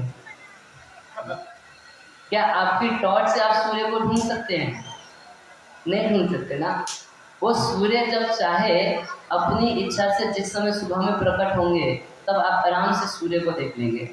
और कोई बोले अरे ये सूर्य दिख नहीं रहा, थोड़ा मेरा मोमबत्ती को देना, क्या सूर्य के प्रकाश से ही सूर्य का ज्ञान प्राप्त हो जाता है ना। तो बिल्कुल उसी प्रकार भगवान जो हैं उनको समझने के लिए किसी टॉर्च वगैरह की जरूरत नहीं है। भगवान आत्म प्रदीप हैं। जब हम भगवान के बारे में श्रवण करते हैं तो उस श्रवण से प्रसन्न होके भगवान ही हृदय में खुद को प्रकाशित करते हैं। तब व्यक्ति भगवान का अनुभव प्राप्त करता है, उनको समझ पाता है। और जब तक भगवान कृपा नहीं करेंगे तब तक कोई व्यक्ति कभी भगवान को नहीं समझ सकता। जब ब्रह्मा जी भगवान के बछड़े और सखों की चोरी किए और सबको विष्णु स्वरूप में देखे तो उस समय ब्रह्मा जी वापस आए और भगवान श्री कृष्ण की स्तुति करते हुए बोल रहे हैं, कह रहे अथापि ते देव पदाम भुजद्वया प्रसाद देशानुगृहीत एव ही। कह रहे अथापि ते देव, हे देव, हे कृष्ण, पदाम भुजद्वया, आपके ये दो चरण कमल हैं। चरण कमल कहने से मतलब पूरे भगवान, किसी बड़े व्यक्ति को उसके चरणों से संबोधित किया जाता है। तो चरण मतलब क्या है कि अब चरण काट के आप मार देंगे कि चरण मतलब पूरे भगवान। कह रहे अथापि ते देव पदाम भुजद्वया प्रसाद लेशानुगृहीत एव ही।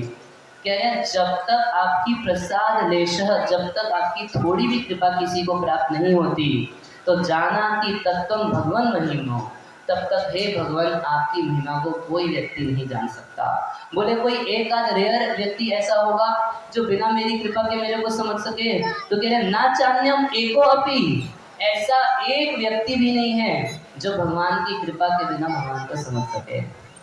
उसके लिए भगवान की कृपा चाहिए। बोले अच्छा बहुत साल तक हम कोई योग करें, ज्योति का ध्यान करें, ये करें वो करें, उससे भगवान समझ में आ जाएंगे? कह रहे चिरम विचिन्वन, अगर चीर काल तक आप भगवान के बारे में कल्पना करते रहो, अटकलबाजी करते रहो, तब भी भगवान समझ में नहीं आने वाले हैं। भगवान समझ में आएंगे आत्म प्रतिभा, अपनी कृपा से ही समझ में आते हैं। और कृपा किसके ऊपर करते हैं? जो भगवान का भजन करता है उसके ऊपर कृपा करते हैं, जो भगवान की लीला कथा को भगवान के भक्तों से सुनता है, और जो भगवान के नाम का जप करता है, जो भगवान की सेवा करता है, उसके ऊपर भगवान कृपा करते हैं। उस कृपा से ही भगवान समझ में आते हैं, और नहीं तो भगवान एक जना भी भगवान को नहीं समझ सकता। क्यों? कह रहे चिरम विचिन्वन, आप करोड़ों साल तक सोचते रहिए तो क्या सोचेंगे? ज्यादातर लोग तो यही सोचेंगे उसका कोई रूप नहीं होगा, कोई नाम नहीं होगा। अच्छा आप एक बात सोचिए, आपको अगर कोई बताए कि एक व्यक्ति संपूर्ण जगत में है, तो आप क्या सोचेंगे? वो देखने में कैसा दिखता होगा? कैसा दिखता होगा? संपूर्ण जगत में फैला हुआ एक व्यक्ति है, कैसा दिखता होगा? कोई आँख नहीं, कोई नाक नहीं, कोई ऑब्वियसली ना, कोई संपूर्ण विश्व में फैला हुआ कोई व्यक्ति कैसा दिखाई पड़ेगा? तो अगर आप विचिन्न अटकलबाजी करेंगे तो आपको ये श्याम सुंदर नहीं समझ में आएंगे, वो अपनी कृपा से ही समझ में आएंगे। वो संपूर्ण विश्व में है, मगर अपने गोलोक धाम में, वृंदावन में, अयोध्या में राम के रूप से, और गोलोक में कृष्ण के रूप से रहते हैं। मगर अपनी शक्ति से वो सब जगह है। जैसे मान लीजिए प्रधानमंत्री है, तो प्रधानमंत्री इस समय अपने घर में बैठा होगा, मगर उसका कंट्रोल सब जगह है या नहीं? पूरे देश में उसका कंट्रोल चल रहा है। तो एक दृष्टि से प्रधानमंत्री सब जगह है, मगर इसका मतलब प्रधानमंत्री कोई व्यक्ति नहीं है ना? वो तो निराकार है। उसका आकार कैसे हो सकता है? प्रधानमंत्री का आकार है या नहीं? आकार है। तो अटकलबाजी करेंगे। हम गुजरात में एक मंदिर देखे तो वहां पे भगवान को इतना बड़ा बड़ा दाढ़ी लगाते हैं, तो हम पूछे भाई ऐसा क्यों किया? बोला भगवान जब इतना पुराना है तो अब तक तो बूढ़ा हो गया होगा। अटकलबाजी से भगवान समझ नहीं आएंगे। ब्रह्मा जी यही कह रहे हैं, एक जना भी अटकलबाजी से भगवान को नहीं समझ सकता। भगवान को समझने के लिए भगवान की ही कृपा जरूरी है। आप भगवत गीता से भगवान को समझ सकते हैं, आप भागवत से भगवान को समझ सकते हैं, मगर आप करोड़ों जन्मों तक अटकलबाजी करते रहिए, भगवान समझ में आने वाले केवल कल्पना रह जाएगी, केवल कल्पना। और आजकल ज्यादातर लोग कल्पना ही करना चाहते हैं। कितनी सारी काल्पनिक पुस्तकें लिखते हैं भगवान के विषय में, इसलिए उनकी पुस्तकों में ये समझ में नहीं आएगा आपको कि भगवान है या नहीं। तो कह रहे नमः आत्म प्रदीपाय साक्षी ने परमात्मा ने, अब भगवान साक्षी है। अक्ष यानी आप, स अक्षर आपके साथ है। भगवान की आँख है या नहीं है? वो ऐसे साक्षी हैं कि आप कितना ही छिप के कोई काम कर लीजिए, भगवान देख लेते हैं। लोग सोचते हैं कि हम पाप कर रहे हैं छिप के। आप छिप सकते हैं, छिप के पाप कर सकते हैं, मगर तेरा साक्षी है जो आपके हर पाप को देखते हैं। लोग सोचते हैं कि कोई नहीं देख रहा तो कर लो, क्या जाता है ना? मगर बाकी लोग देखें या ना देखें, एक जने की नज़र आपकी हर एक्टिविटी के ऊपर है। 24 घंटे आप सीसीटीवी की निगरानी में है। यहाँ पर एक स्कूल है, उसके बाहर लिखा है कि आप लोग सीसीटीवी की निगरानी में है। 24 घंटे एक सीसीटीवी कैमरा आपके ऊपर चल रहा है। जानते हैं? नहीं जानते? साक्षी है। भगवान हमारे हर कर्म के साक्षी हैं, और उन कर्मों के अनुसार हमको फल देते हैं। परमात्मा ने कहाँ कैमरा फिट किए हैं? तो कोई सोचे कि कैमरा एक बार बता दो कि गजेंद्र कहाँ फिट किए, थोड़ा पता लगा के उसका तार काट देंगे। तो बोले कि कहाँ तार काटने जाओगे? परमात्मा ने हृदय में रहते हैं, यहीं पर कैमरा फिट किए, यहाँ कौन सा तार काट पाएंगे? तो परमात्मा रूप से हृदय में रहते हैं और सबकी सभी गतिविधियों को जानते हैं। और करते क्या है परमात्मा? तो ज्ञान देते हैं, मत्त स्मृतिर्ज्ञानम अपोहनम च, वही भगवान ज्ञान देते हैं, वही भुला देते हैं और वही याद दिलाते हैं। अब हम कभी कभी देखे होंगे कि खूब अच्छे से पढ़ाई लिखाई करके स्कूल जाता है बच्चा एग्जाम देने के लिए, और जब कॉपी सामने आती है तो सब कुछ भूल जाता है। कैसे भूल जाता है? तुम तो याद किए थे अच्छे से। भगवान हृदय में रह के भुला भी देते हैं। अजानते अगर भगवान नहीं भुलाते होते और हम में से किसी व्यक्ति को अपने 100-200 जन्मों की सारी बातें याद होती, ये हमारा माता था, ये पिता था, ये भाई था, ये पड़ोसी था, इसने ये गाली दी, इसने मेरे साथ ये फ्रॉड किया, इसने मेरे इतने पैसे ले लिए, अगर इतनी सब बातें हम लोगों को पिछले 100 जन्म की याद होती इस शरीर में, तो पागल हो जाते हैं। एक जन्म के सगे संबंधी याद है तो कितना व्यक्ति परेशान रहता है, और 100 जन्म के याद आ जाए तब व्यक्ति की क्या हालत होगी। तो भगवान भुला देते हैं, ये भी बहुत बड़ी कृपा करते हैं। कितने लोग तो भूलने के लिए शराब पीते हैं, है ना। ज्यादातर शराबी से अगर पूछा जाए कि क्यों पीते हो, तो बोलते हैं दुख भुलाने के लिए। इतना दुखी है कि दुख भूल नहीं रहे हैं, तो उसको भुलाने के लिए शराब पीते हैं कि कम से कम 7-8 घंटे तो भूल जाएंगे इस दुख को। मगर 7-8 घंटे आप दुख को भूल जाएंगे, क्या वो दुख खत्म हो जाएगा? उससे दुख खत्म नहीं होगा। मगर वही भगवान से अगर आप प्रार्थना करेंगे तो भुला भी देंगे, दुख को खत्म भी कर देंगे। हरे कृष्णा कृष्णा कृष्णा हरे हरे, हरे राम राम राम हरे हरे। क्योंकि परमात्मा रूप में भगवान सबके हृदय में रहते हैं। अच्छा पूछिए कि हिंदू के हृदय में रहते हैं सिर्फ,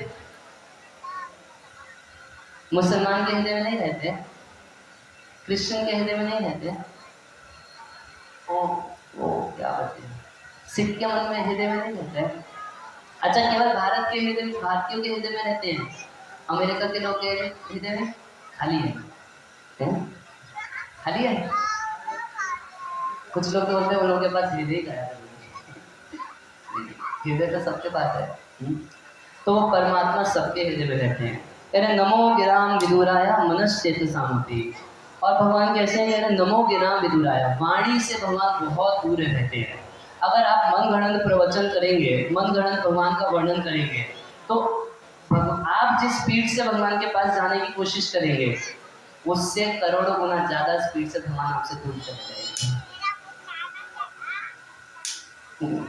उनकी स्पीड आपसे कम है, ज्यादा है। देखिए भगवान क्या कर रहे हैं, एक तरफ हमसे आगे खड़े हैं, अगर अटकलबाजी करेंगे भगवान के बारे में, अटकलबाजी करके प्रवचन करेंगे, गिराम यानी वाणी, कह रहे वाणी से विदूर आया, बहुत दूर रहते हैं, तो भगवान भाग देंगे आपसे आगे, पकड़ में नहीं आएंगे। और दूसरा भगवान पीछे भी भाग रहे हैं आपके, आपकी 100 की स्पीड 200 की स्पीड से भगवान भाग रहे हैं। किस रूप में? काल के रूप में, है ना। एक एक दिन बीत रहा है, एक एक सेकंड बीत रहा है, धीरे धीरे जवानी से बुढ़ापे की तरफ बढ़ रहे हैं और बुढ़ापे से मृत्यु की तरफ बढ़ रहे हैं। तो वहाँ भी भगवान की स्पीड हमसे ज़्यादा या कम है? आप बीमारी बुढ़ापे सबसे दूर भाग रहे हैं और वो काल के रूप में आपके पीछे भाग रहे हैं, मगर एक दिन पकड़ ही लेते हैं। और इधर आपसे आगे भाग रहे हैं, आप उनको पकड़ ही नहीं पा रहे हैं। तो कह रहे हैं नमो गिराम विदुराया, वाणी से भगवान को पकड़ा नहीं जा सकता, इसलिए कुछ लोग बोलते हैं मौन हो जाओ। आचार्य कुछ लोग तो ऐसा मौन व्रत धारण करते हैं, हमारे देश में महात्मा गांधी जी मौन व्रत धारण करते थे, तो किसी से बात नहीं करते थे मगर चिट्ठी लिखते रहते थे। तो इसको तो वैसे भी मौन व्रत नहीं बोलेंगे, है ना। मुंह बंद कर दिया। ऐसे में एक भक्त को देखा, भक्त नहीं था, एक व्यक्ति हमें मिला उधर में दिल्ली में, तो हमको मैसेज लिख के बताया कि मैं मौन व्रत धारण किया हूँ। अच्छा, तो 2 दिन हम उसके साथ रहे थे, उनमें देखा कि 24 घंटे कुछ ना कुछ फेसबुक पे डालता है। तो क्या वो मौन है? नहीं है। तो कुछ लोग सोचते हैं कि अगर भगवान को वाणी से नहीं पकड़ा जा सकता तो चुप रहेंगे और मन में उनके बारे में सोचेंगे, है ना।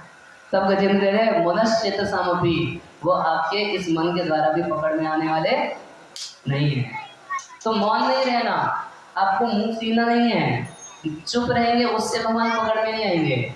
मगर मुख से यदि बोलेंगे भगवान का नाम तो भगवान को करना चाहिए। हरे कृष्णा कृष्णा कृष्णा हरे हरे, हरे राम राम राम हरे। दुर्योधन भगवान को नहीं बांध पाया मगर माता यशोदा बांध दी।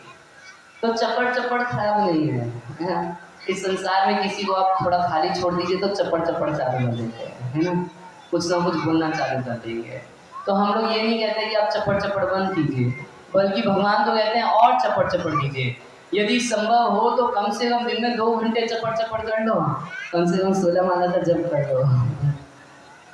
हम लोग तो यही होते हैं, हम चपड़ चपड़ करने वाला नहीं करते। और चपड़ चपड़ करने के लिए हमारे पास कितनी सारी बातें हैं। ये श्रीमद् भागवतम के मैं केवल आप लोगों को 12-15 श्लोक सुना पाया हूँ अभी तक। और भागवत में कितने श्लोक हैं? 18,000 श्लोक हैं। तो सोचिए अगर कृष्ण के बारे में चपड़ चपड़ की जाए तो ये एक जीवन कितना कम पड़ जाएगा।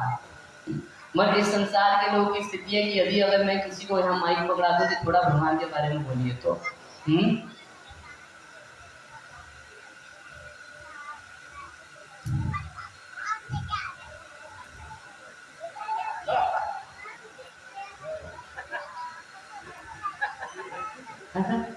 और फालतू की बात करने के लिए माइक दिया जाए तो हमारे पास कितनी सारी बातें हैं।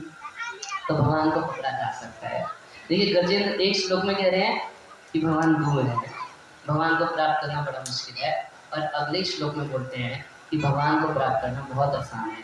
कहने का मतलब है कि जिस भगवान को प्राप्त करना, जिस भगवान को समझना बहुत मुश्किल है, उस भगवान को भक्ति से प्राप्त करना बहुत आसान है। जिन भगवान को अनेक वेदों को पढ़ पढ़ के समझना असंभव है, उन भगवान को वेदेशु दुर्लभम, तो वेदों से तो दुर्लभ हो गए, मगर अदुर्लभम आत्मभक्त हो। मगर हमें उम्मीद है कि हम भगवान को समझ सकते हैं। क्यों? क्योंकि भगवान अपने भक्तों के माध्यम से समझ में आ जाते हैं। हरे कृष्णा। तो दोनों बातें गजेंद्र एक साथ बोल रहे हैं, मगर कुछ आधे मुर्गी वाले होंगे, आधी मुर्गी रख लेंगे।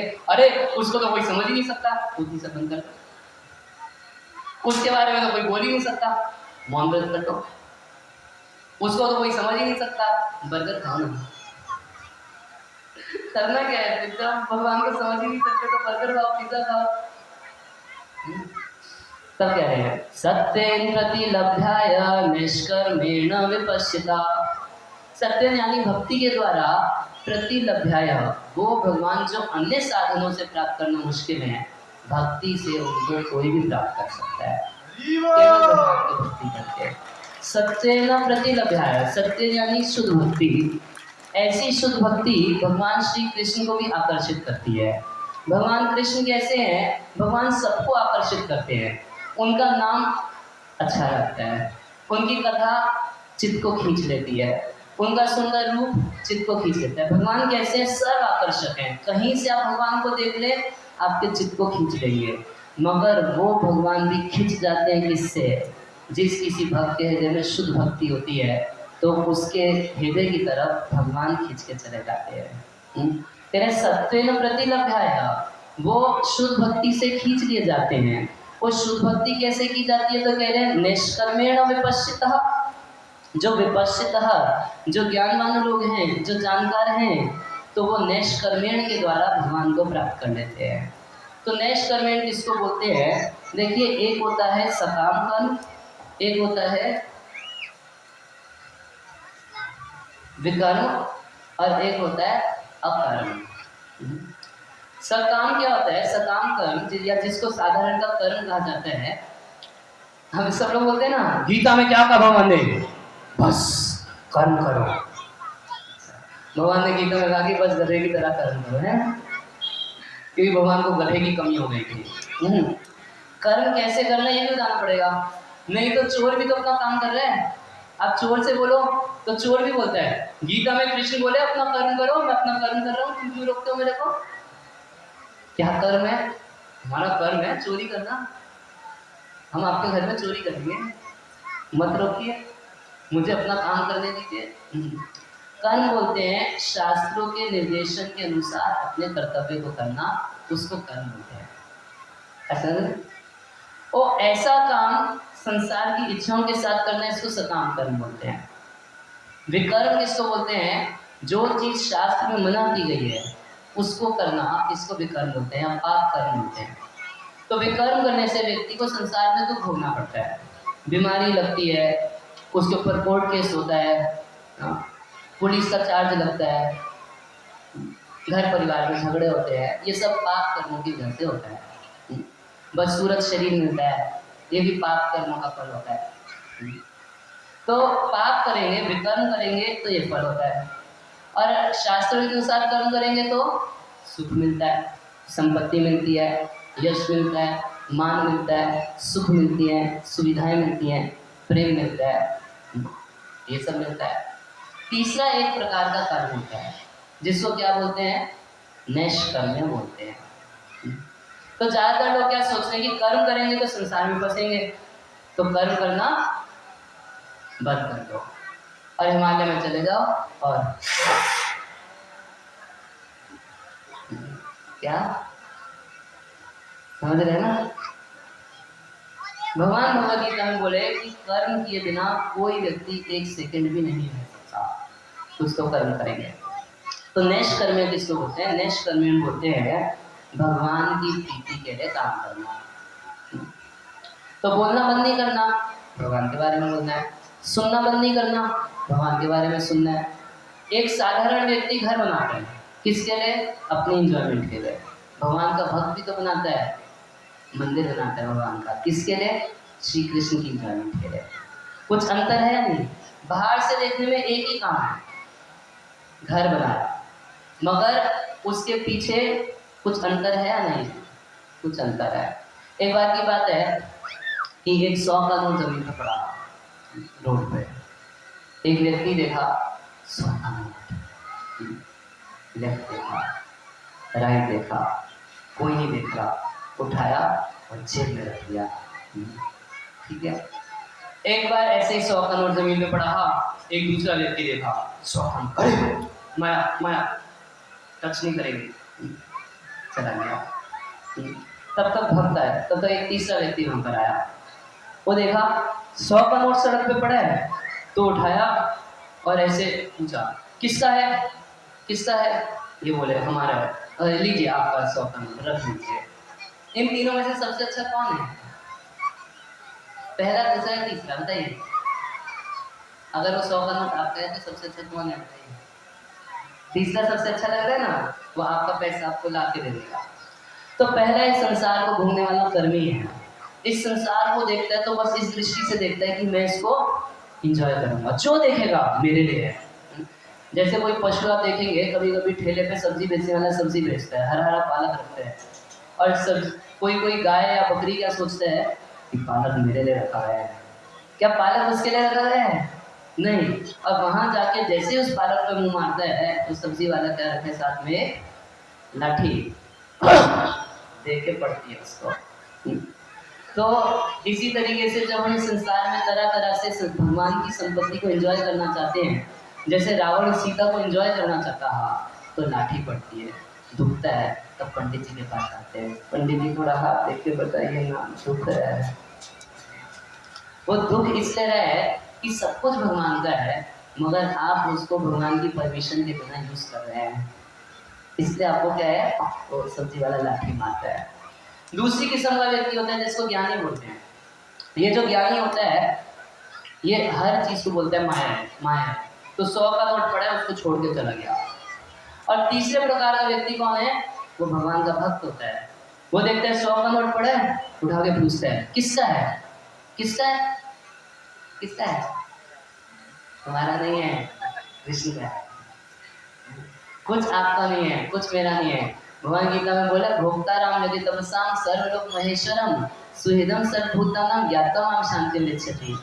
सर्वलोक महेश्वरम, जो कुछ है इस संसार में, ईशावास्यम इदम सर्वम यद किंचित जगताम जगत, इस जगत में आप जो छोटी से छोटी चीज देख रहे हैं उसके स्वामी कृष्ण हैं, ना आप है ना मैं है।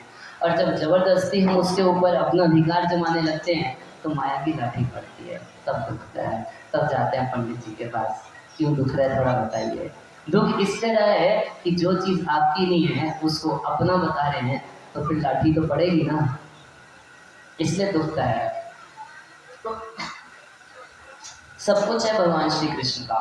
भक्त जो होता है उन सब चीज़ों को भगवान की सेवा में लगा देता है। तो ऐसा निष्कर्मेण, इस कर्म को क्या बोलते हैं? निष्कर्मेण। ऐसा कर्म करने से आपके सारे पाप कर्मों का फल खत्म हो जाता है और आप भगवान को प्राप्त करते हैं। जैसे हम कोई खाने की चीज़ है, तो खाने की चीज़ अपने लिए पकाए और उसको खाए, तो भगवान भगवद गीता में कहते हैं ऐसा व्यक्ति एक नंबर का चोर है। आप बोलेंगे, कभी कभी किसी को बोले कि आप भगवान की सेवा की, अरे हम ईमानदारी से जीते हैं।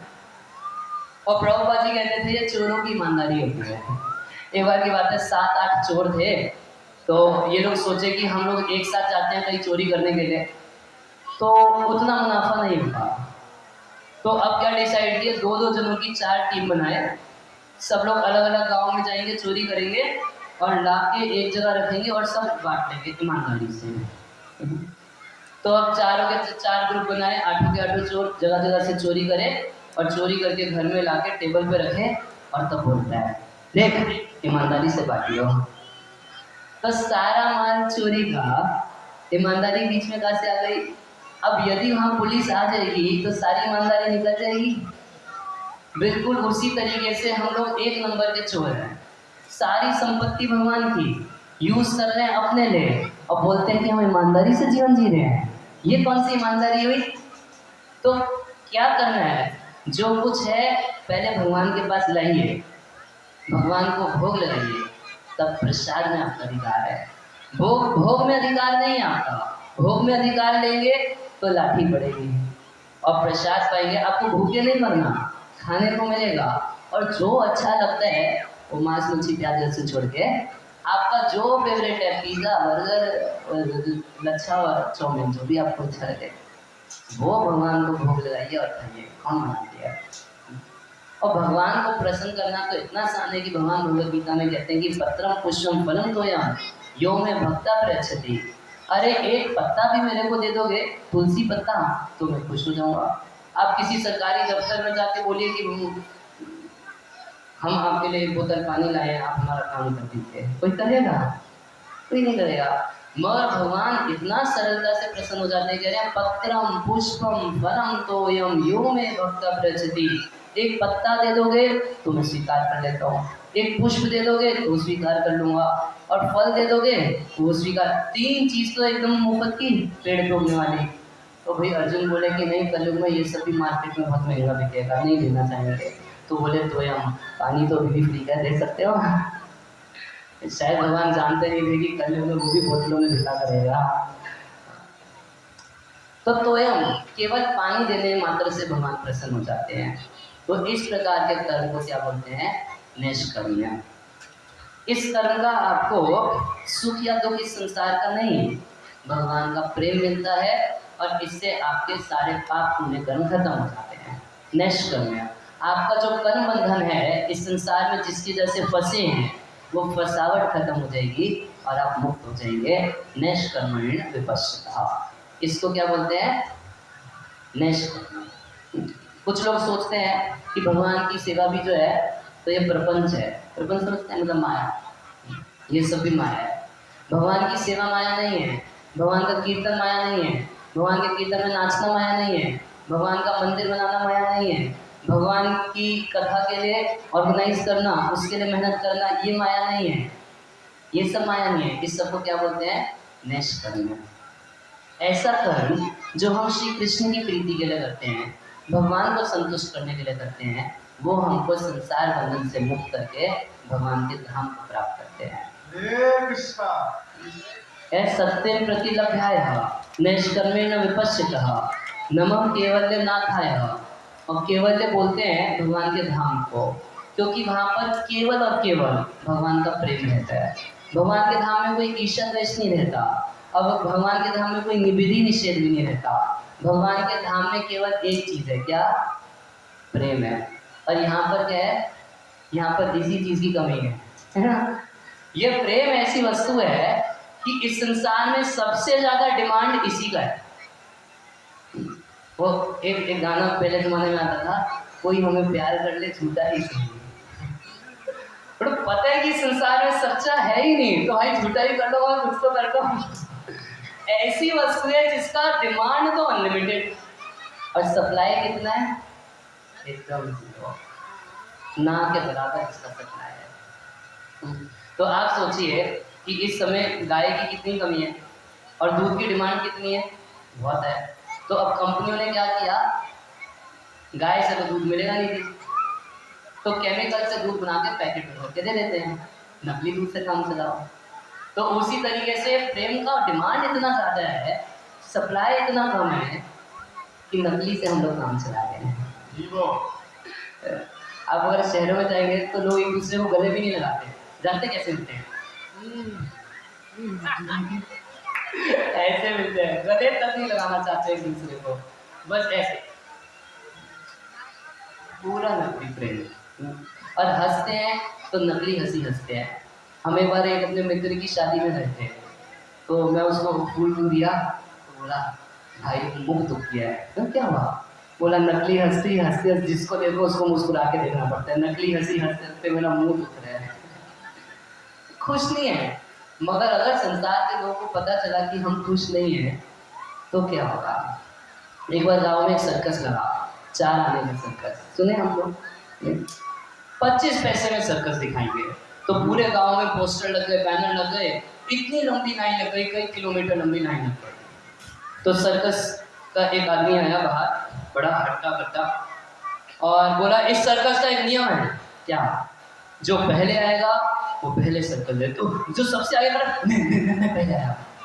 अच्छा, दूसरा भी एक नियम है, एक बार में एक ही व्यक्ति को सर्कस दिखाया जाएगा। अच्छा, सबसे पहले मुझको? हाँ। तो 25 पैसा दिया और चला अंदर सर्कस देखने के लिए।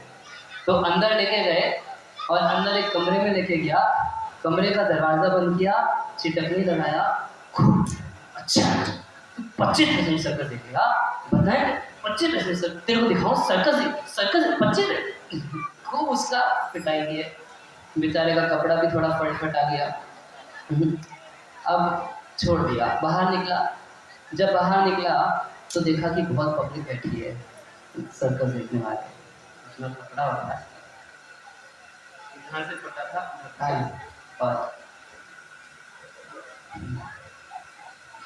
कैसा लगा? अरे ऐसा सर्कस में कभी देखा ही नहीं, तुम भी देखना। अच्छा लगा, अरे क्या बताऊं, इतना आनंद आया, इतना आनंद आया, तू भी जरूर जा। दूसरा व्यक्ति बोला है अच्छा सर्कस है, वो भी गया, 25 पैसा देके अंदर लेके गए, कमरा बंद किया, खूब पिटाई, खूब धुनाई, खूब धुनाई। अब जब वो बाहर निकला तो देखा बहुत सारे लोग देख रहे हैं। अरे क्या सर्कस था भाई, क्या बताऊं मैं, आनंद आ गया। तो संसार में हम सबकी ऐसी स्थिति है। किसी से पूछिए कैसे हैं, अच्छा चल रहा है, हम जानते हैं कितना अच्छा चल रहा है। 10 मिनट पास बैठ के बात कर लीजिए किसी से, आंसुओं से रोते बताना चालू करता है कि रियल में कैसा है। मगर क्या करें, सर्कस लगा है 25 पैसे का, अगर दूसरे को पता चल गया कि हम किस स्थिति में तो क्या होगा? तो इस जगत में प्रेम है नहीं। हम लोग किससे काम चला रहे हैं? नकली से, झूठा ही सही। मगर भगवान के धाम में केवल प्रेम ही प्रेम है। वृंदावन में प्रेम के अलावा कुछ नहीं है, इसलिए उस स्थान को केवल्य कहा जाता है, केवला रति। वहाँ केवल रति है, केवल प्रेम है, प्रेम के अलावा कुछ भी नहीं है।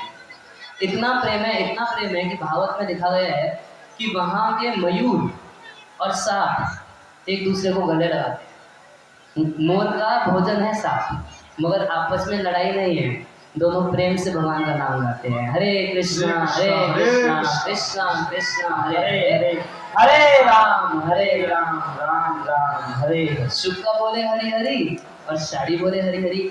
वहाँ के तोते मैंने जो है वो भी क्या बोलते हैं? वो भगवान का नाम बोलते हैं। वहाँ के पेड़ जो हैं वो भगवान का भजन करते हैं। वहाँ केवल और केवल एक ही चीज़ है, क्या?